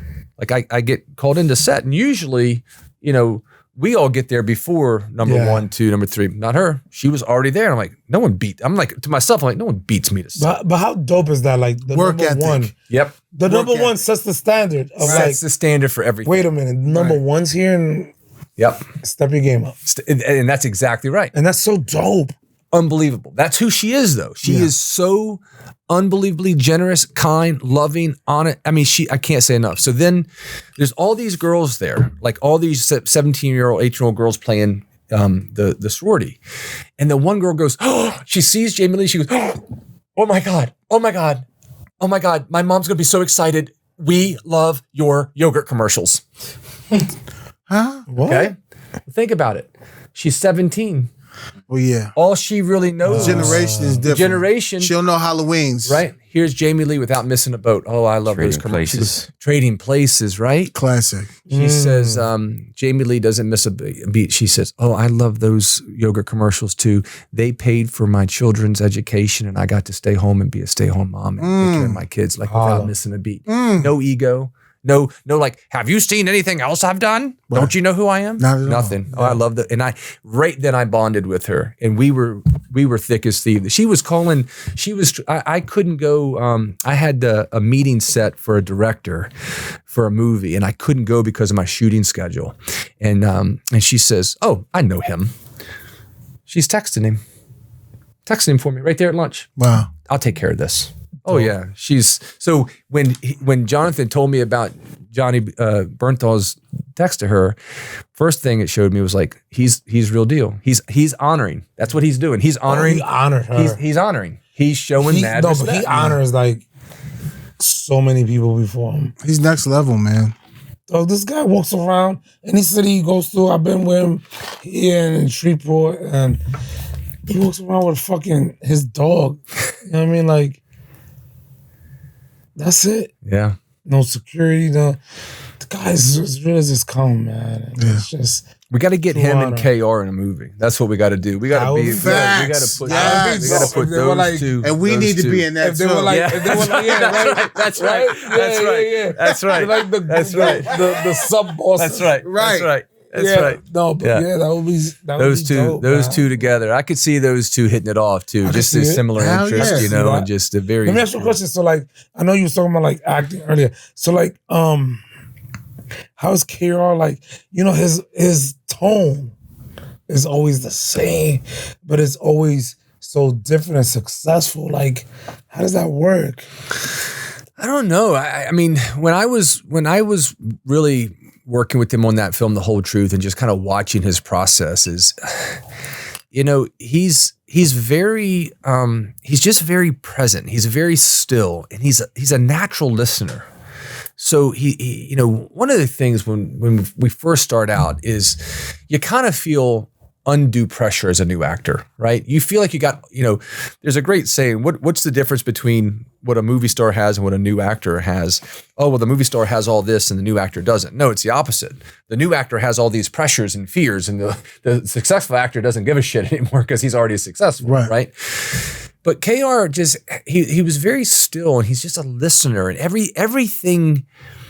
He's not in a hurry, you know. So young actors tend to be in a hurry, right? They hurry, they prep, they get on, and it's you say your line, I say my line, you say your line, I say my line. Did I do good? Did I do a good job? You know, that's how they do it. But he's just like, everything was almost painstakingly processed in a way of, he didn't give a shit. There was no internal clock. He didn't care about how long the take was. He didn't care about if it was going to be perfect. He was just in that moment. And I think we see that in the John Wicks. You see that in even in the John Wicks. He's so effortlessly present. But here's the thing. It's not effort. It looks effortless, but it takes work and training. And the guy's been doing it for 40 some years now. Repetition. You know, and so I think, you know, a lot of people do this. You know, there's a great, you guys know Danny McBride. I love Danny. I love Absolutely. Danny McBride. Oh, I don't know him, but I met him once. We went to rival high schools. He went to Cortland. I went to Chancellor High School. SUNY Cortland, huh? Yeah, he went. Face is ready. Ass is a dragon. Yo, he's a beast. I'm telling you, he's a beast. He's a beast. I'm telling you. Faces are red, asses are dragon. Absolutely. And but people will say, "Oh, yeah, Danny's funny, but he always does the same thing." And I'm like, first of all, he does it better than anyone else in the world, though.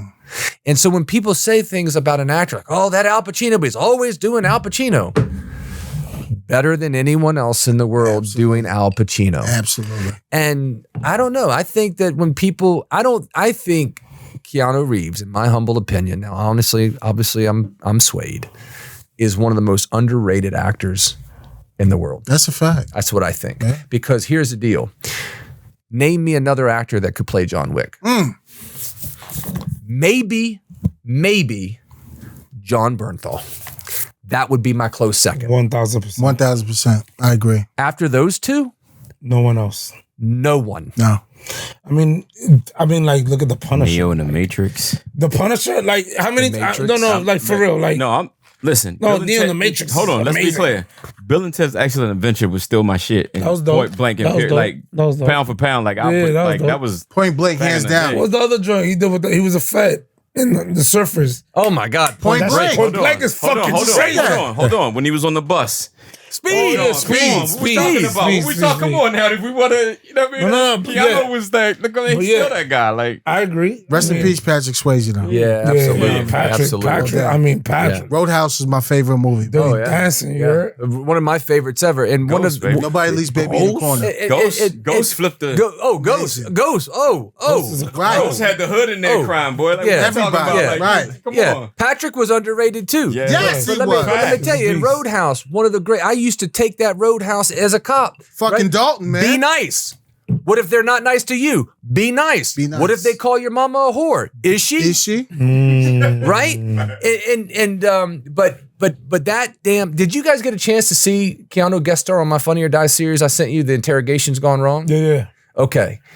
Do you That's know pretty dope. he comes to my house to shoot that? Right? Oh, wow, it's your house. It shot in my house. That whole thing cost $87. I asked him. I said, "Hey, $87. You know what it was for? Knobs Creek bourbon for him, Coca-Cola for him, He said Knobs and some Creek peanuts." bourbon. No, My he man. wanted a bourbon. He wanted a bourbon. Shout out Knobs Creek. He wanted Right. a bourbon. He said, "I'll take some bourbon. So when we're done, we'll all celebrate with a drink." And my boy Mike, who plays Steele, Jack Steele in the thing, he likes Knobs Creek. Yeah. So we had Knobs Creek, peanuts, and Coca-Cola. It's good. It's good drink. It's good drink. Cost me $87, right? But he brought so much energy into that material and that piece, right? There was no difference of Keanu sitting in my home for an $87 Funny or Die series than there was with me working on a big movie with him. And I took that and said, that's how I'm going to be. Doesn't matter what I'm doing. You get the best of me and no matter what. Short film, don't care. Big movie, great. Podcast, you're getting the same guy, energy and effort. Same thing. But his face, when he gets so sweaty and red-faced in that piece, and he improv this line. It wasn't written. Most of that was written. I had written it. But he says, "I'm a good guy. Mark Wahlberg's a good guy. We're all fucking good guys." I love it. That was all Basketball him. Diaries, huh? That was all him, all improv, and just mad as shit at me, thinking he was Mark Wahlberg, you know? Yeah. But anyways, the fact that he's that funny, Yeah. and that's why he did it. He's like, man, I don't get a chance to do much comedy. I said, well, come do my show. You know, it's just a fun Yeah, stupid you don't show. see him doing much comedy. He is hilarious. He's doing one now. He starts, I think they're doing one in the fall. Well, Yeah. I don't know about the strike, but he was supposed to do one with Seth Rogen and Hank Azaria. Seth Rogen's a Seth genius. Rogen's a fucking nut. I Seth love him. Rogen. Yeah. Is that He's hilarious. I think does he have Platonic? Is that Oh yeah, that's his show. That's it. Yeah, that's his That's show. fucking- I heard it was fun. it's really good. I like him. Really good. I like him. On Those guys. Apple, really dope. It's just like smart comedy. See, if you see him in Super Mario Brothers, Donkey Kong, hilarious. Yo, Great movie. I love you it. can't even. It's crazy that like you go take your kids and it's like you enjoy the film. Yeah. The Mario Brothers movie was dope Yeah, it made dope money. Yes, it did. because it's Jack legit. You Black know why? song? Because the parents Jack Black enjoyed it. killed Oh God, Peaches. Jack Black killed it. killed His it. song Yo, Peaches. the parents enjoyed it. Yeah. The parents enjoyed it. I loved it. I didn't walk I out. loved it. I fucking loved it. I think I saw. I saw it like 15 times already. I think I went and saw a movie and I'm like, you know what? I'll go. I'll be right back. No. But this one, I was like, yo, you know what? This is dope. No, I haven't seen it yet, but I love Chris Pratt. So No, you'll love it. I'm telling Chris you. Pratt's in it. yeah, Chris Pratt's in it. I Yeah, didn't even know that. yeah, yeah. Chris Pratt is extortion. I don't know. No, I don't know. I thought he was Mario. Yeah, No, yeah, wait. he's Was he? Mario. but then he do Chris Pratt isn't. I'm Oh, sorry. you're thinking Extinction. No, that's Chris Extinction. Hemsworth. I'm sorry. That's Hemsworth. Yeah, Hemsworth, yeah. The Chris's. Yeah, they just did I'm Extinction sorry. too. It's the Chris with the E and you know. Shout out to Keanu Yeah, excuse and Much love to replacement too. everybody. Was that the Replacements shot here in Baltimore. Yeah. Classic. Yes. Yeah. And Amazing people don't movie. even know, and Shane. people don't even know when he shot that movie, them putting on Under Armour during that time was like one of the first times because Under Armour was very brand new. So they literally outfitted everybody and all that stuff in it. You know, Triple C is like a Baltimore historian. That's why. No kidding. Yeah, so he was one of the first people to like really break Under Armour. Shane Falco. Shout out to Shane Falco representing Under Armour. I love it. I love me some Under Armour too. Yeah, they brought the they gear need us up. though. They need us. Yeah. Under Armour needs us. Seriously. Yeah. Needs us, really? They're hurting? Yeah, all of us, yeah. Oh. They Us, need you. us. I mean, they need us.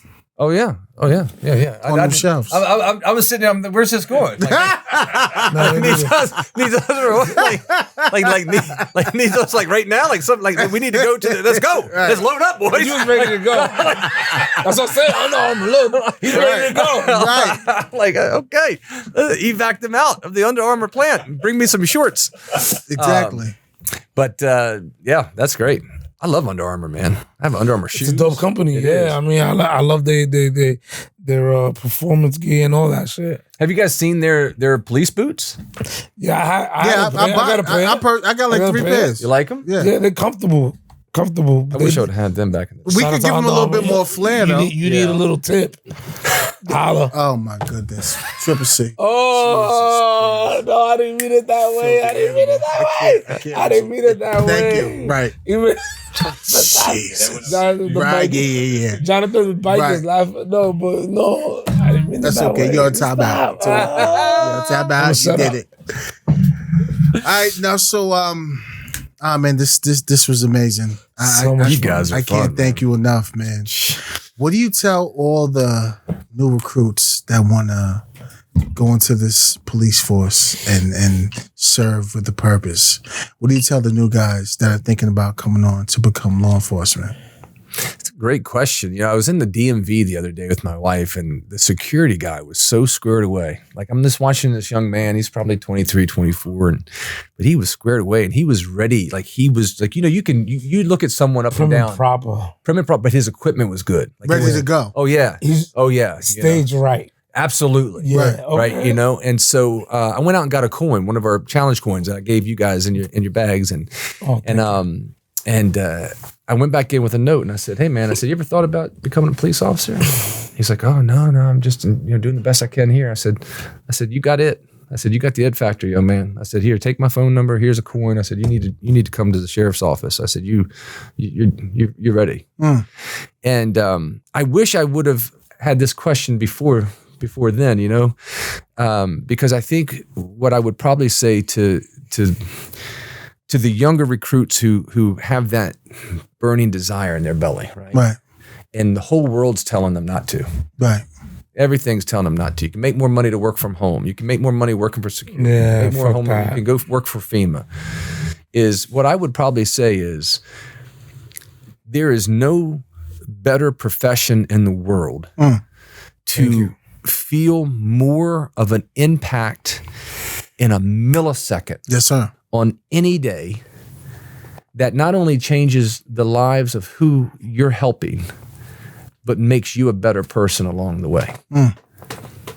That's probably what I would say. There's no better profession. That impact you can make on any day, on any shift, on any moment. Because a lot of times we meet people at their worst a lot of times. Absolutely.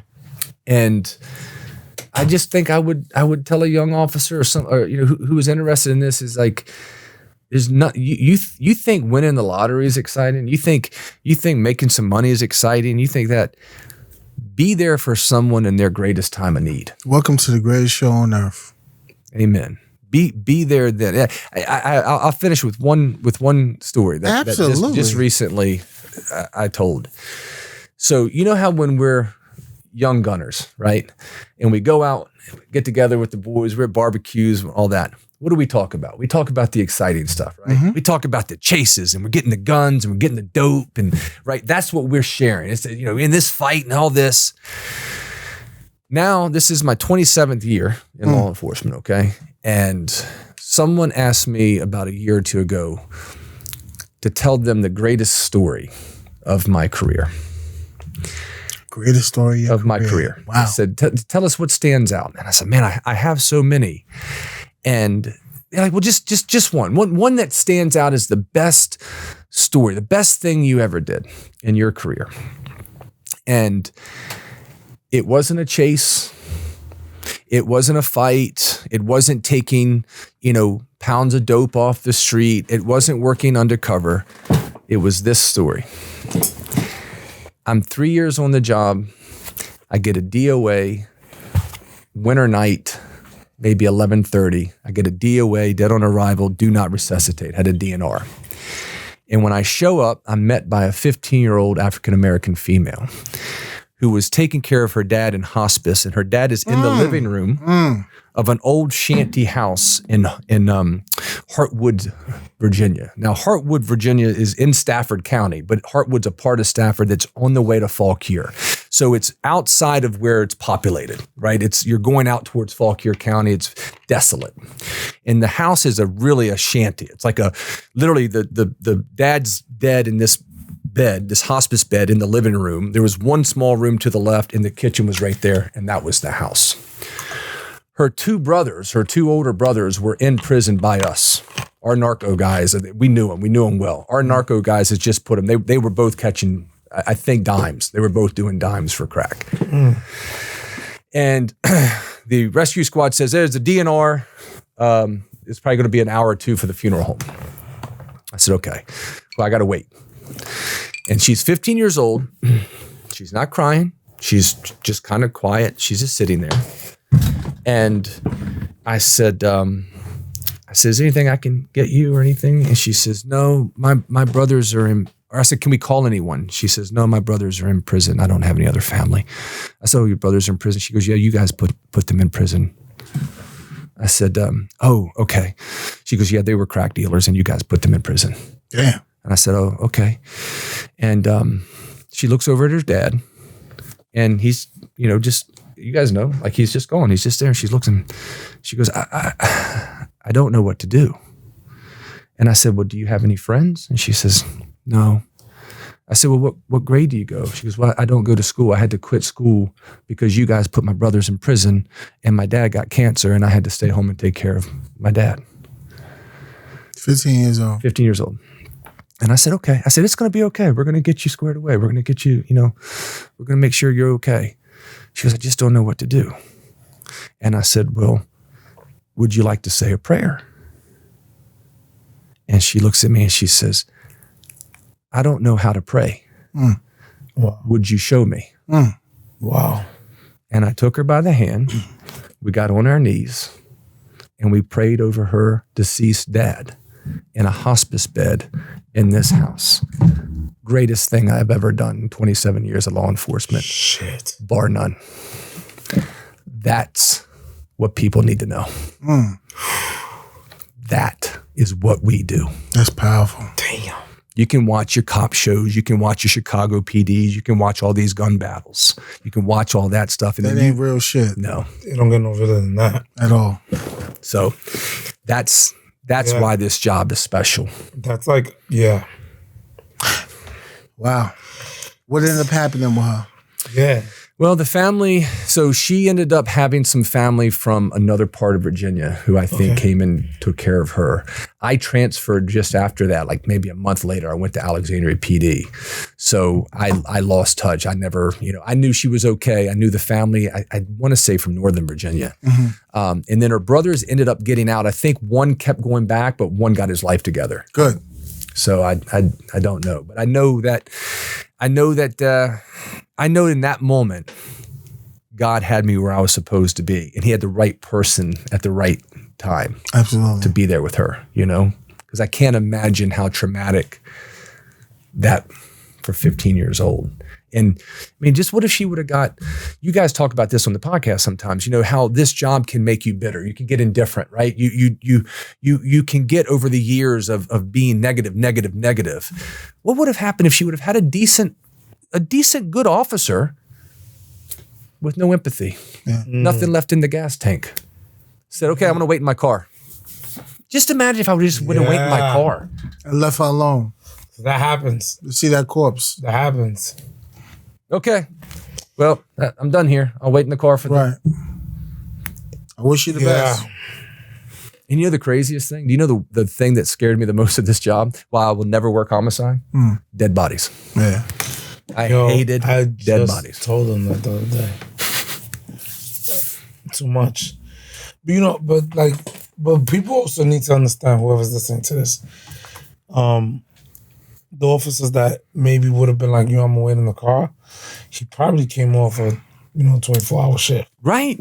So it's not like, it's not that he didn't want to do it, but it's also like he needs to rest. He or she needs to rest. But it's dope that you did that. It was dope that God had the right person. I was, again, being for the job. For the job. For the job. My mother. Not the job being the cop, but the job being there to pray for her. That's right. In that moment, my mother raising me in a way where I wasn't afraid to say, "I'll pray for you." That's my mom. That was no one taught me that in the academy. Anybody that does this job and you don't pray, that's like, good luck to you. Good luck. Because this job requires because you seek so much. I remember when 1,000%. I got a call for a DOA, and this kid he hung himself in the basement. I remember that one.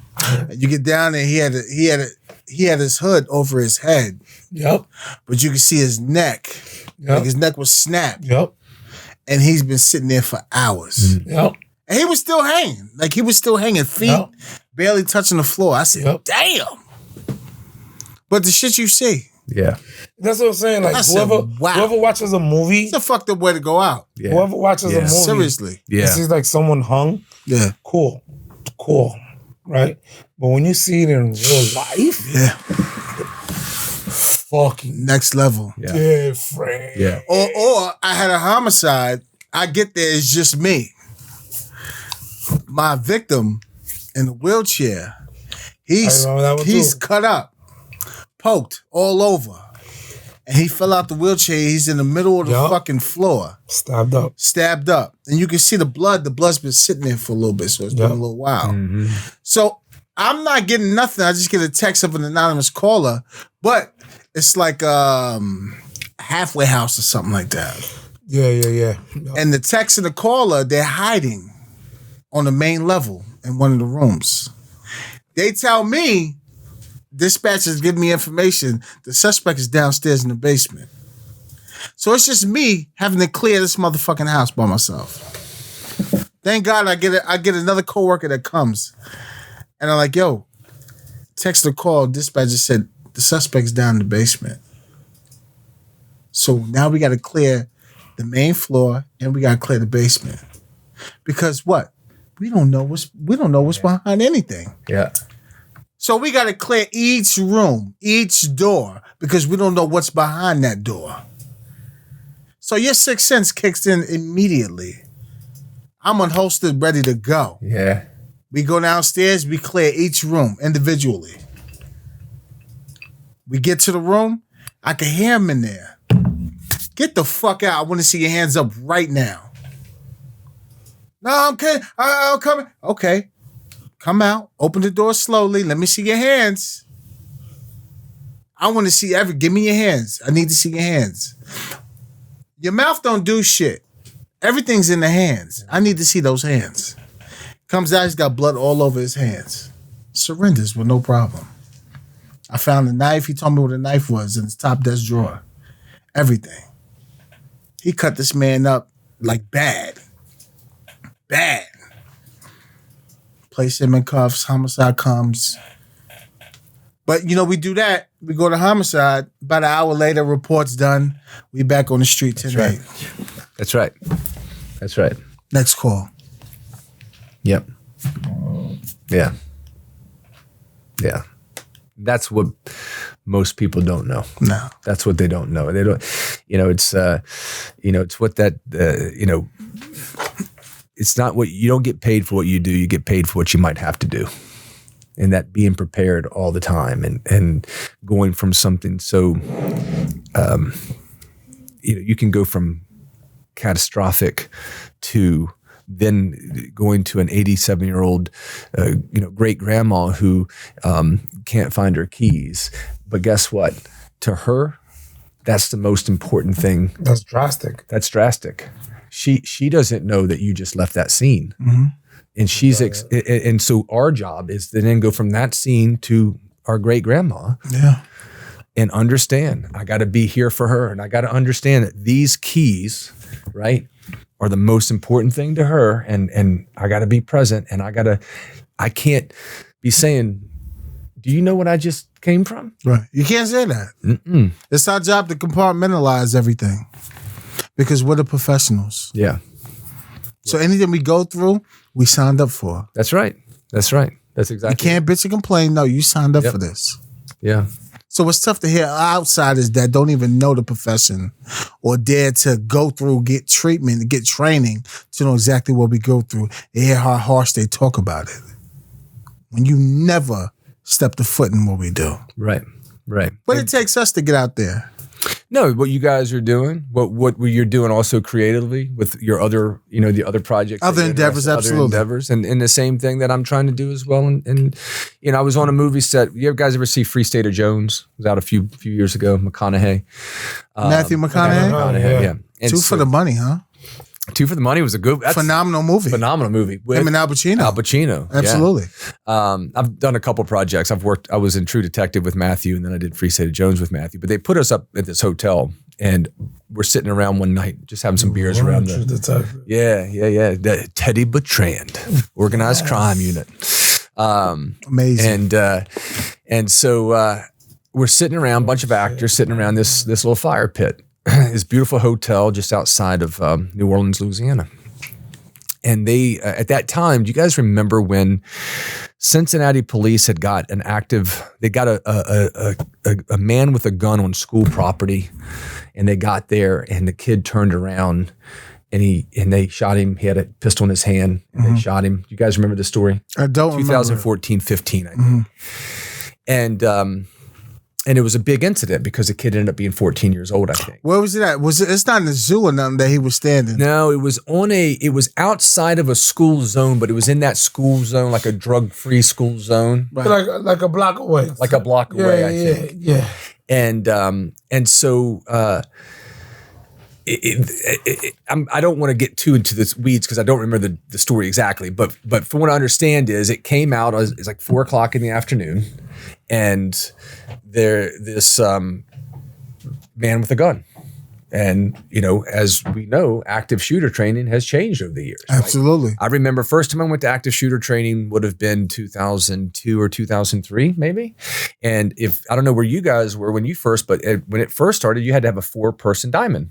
That's how it was. So Absolutely. you got to That's what I did in Virginia. well, that was in 02, 03. Yeah, It was wow. a four-person that makes diamond. sense. So you waited for 4-person, and then you'd go in with a diamond. And you go in with the diamond. Now, of course, that's changed dramatically Absolutely. now, rightfully Yeah. so. But that was what it was the first time I was introduced to it. And so, anyways, now you're at 2014, 15, and this happens in Cincinnati or somewhere. I can't remember. But anyways, these actors are talking about it, and they're so outraged about it. And I said, it's 4:15, and there's a man with a gun a block from a school. I don't know enough about the case to I'm not justifying or defending, but I'm saying is that nowadays your mindset is totally different than it would have been in 1999. Absolutely. Yeah. If that alert tone comes out for you two guys tomorrow, a man with a gun It's time at to go. a high school, Yeah. you are not going thinking, be a BB gun. Where is he? It's probably just a toy. I'm thinking, where he No one's at? thinking that. No. Where is he? We're doing dynamic clearing until we find the subject. And you are going to that gun. And hot pursuit. hot But that's the pursuit. difference. Hot pursuit. between- You are not waiting. That's the difference between like them and silverbacks. That's it. Yeah, We're going. we're going. There's nothing to talk about. Yep. Nothing to talk about. Yep. It's time to I get don't care if you have active. an AR. I don't care if you got a I'm gonna show you what I can do with this 40 caliber. yeah. You know, in recent news, shout out to them. Was it the Nashville guys? Oh, the Nashville guys. They Holy fucking cow. went. They demolished Wow. that subject. Wow. I love that. Went. Let me tell you that. Stop playing with me. Yeah. Shout out to those Yes. Those Nashville guys, those two guys. They was moving officers. Excuse me, you too fucking slow. Yes. Stop I it. gotta get to the show. I gotta Yes. go to, right now. Yeah. I gotta get to where I gotta go. Right Yeah. now. Yeah. What we doing? I love it. Well trained, well executed. Yes. And what happened? You didn't hear nothing in the news. Very little. You know why? Very little. Because they eliminated. They eliminated the threat. Period. How about you see the Nothing to talk guy about. in Texas a few weeks ago? The guy that single-handedly he was out there talking with kids. Did you see this one? Pull this one up. This just happened, and listen to this. They said they just cleared him from the grand jury, all on his body cam. What the hell did it go to the grand jury for? He literally is talking to a kid. He's literally at a mall. This officer is at a mall. He's talking to a kid. He's community policing, baby. That's right? community policing. Don't get no better than Don't that. get no better, right? And then all of a sudden he hears, here it is right here.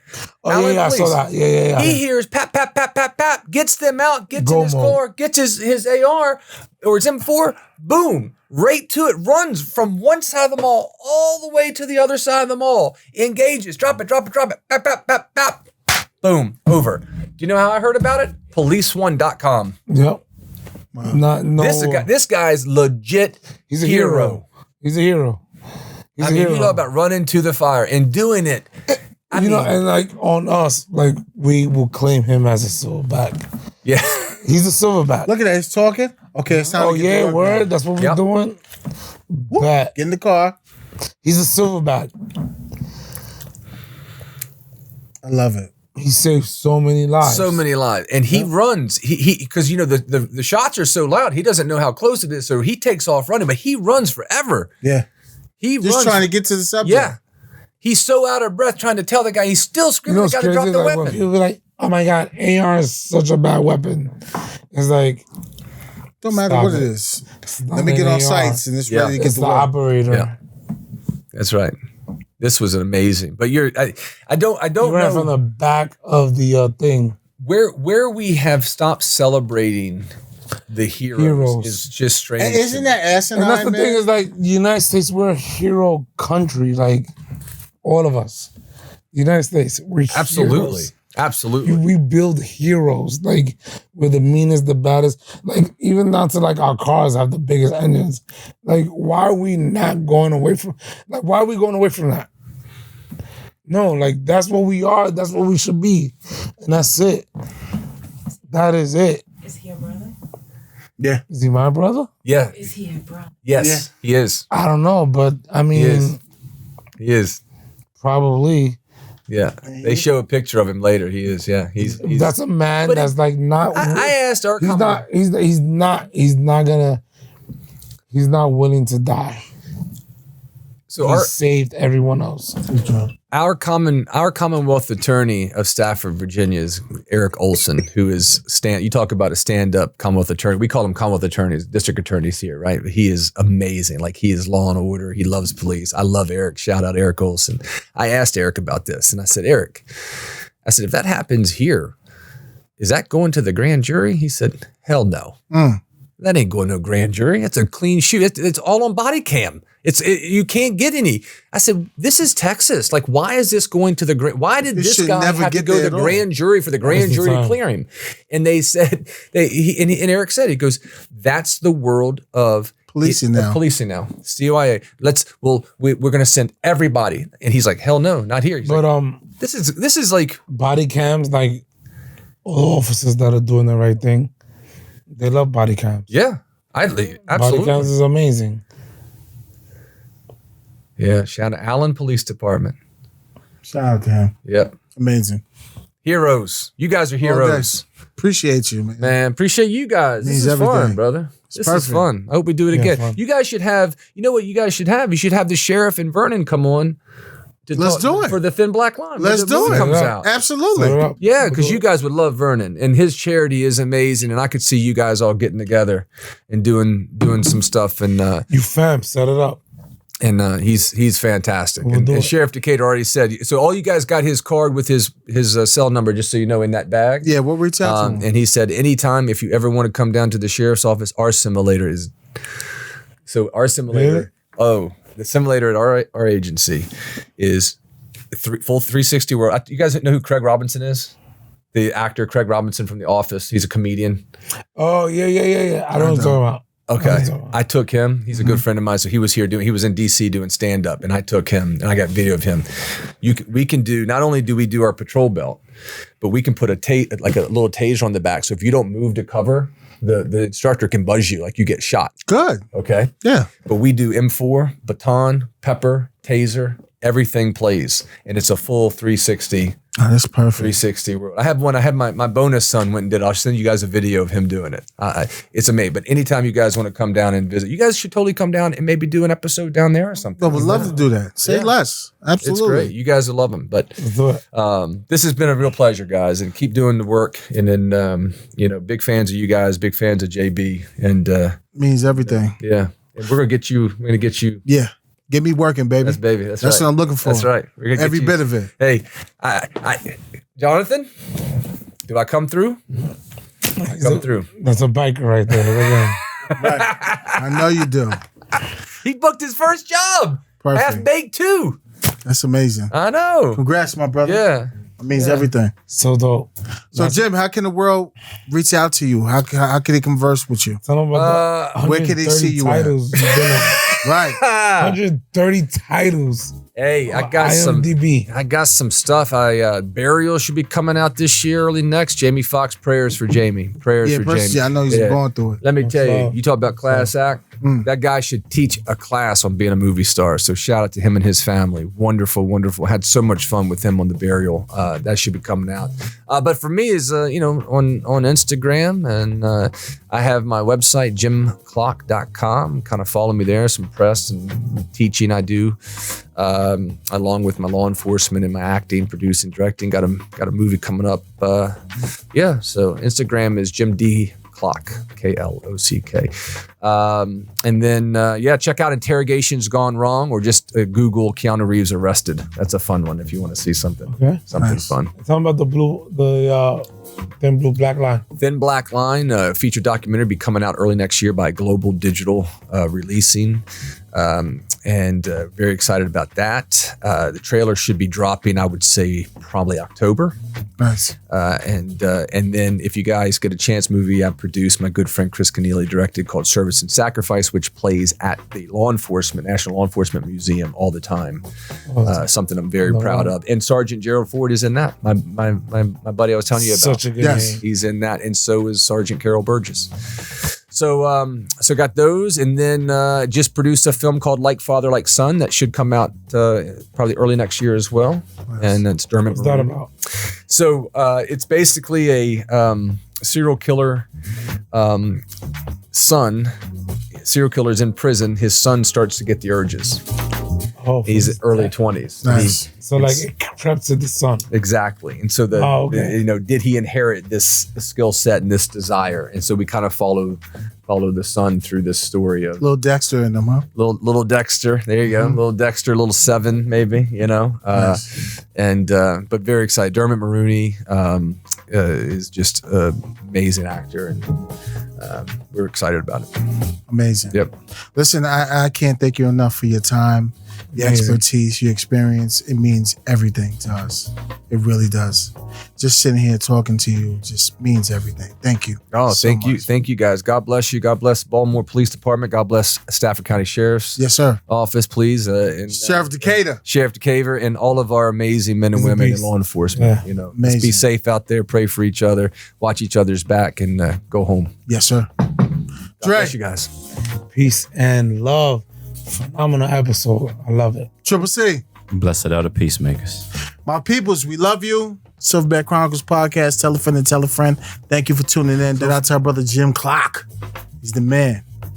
And listen, everybody that's serving, we love you. We appreciate you. We know what you're going through. This podcast is raw. We keep it a tall glass of water. That means we keep it 100. Not going to lie to you about it. But we need gentlemen like him. Gentlemen, everybody in all walks of life to come out and tell it what it is, the story for what it is, what we go through, what you go through. We love you. We appreciate you. Silverback Chronicles Podcast. Be safe. Talk to you later. Peace and love. Amazing.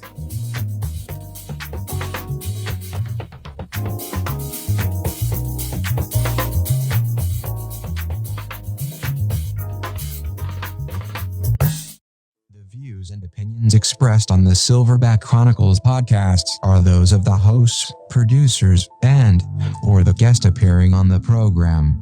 They do not reflect the views and opinions of the federal, state, or local government. This includes but not exclusive to the Department of Defense, Homeland, and the Baltimore City Police Department. The Silverback Chronicles podcast with Dre, Big H, and Triple C. Hit the subscribe button, like and comment.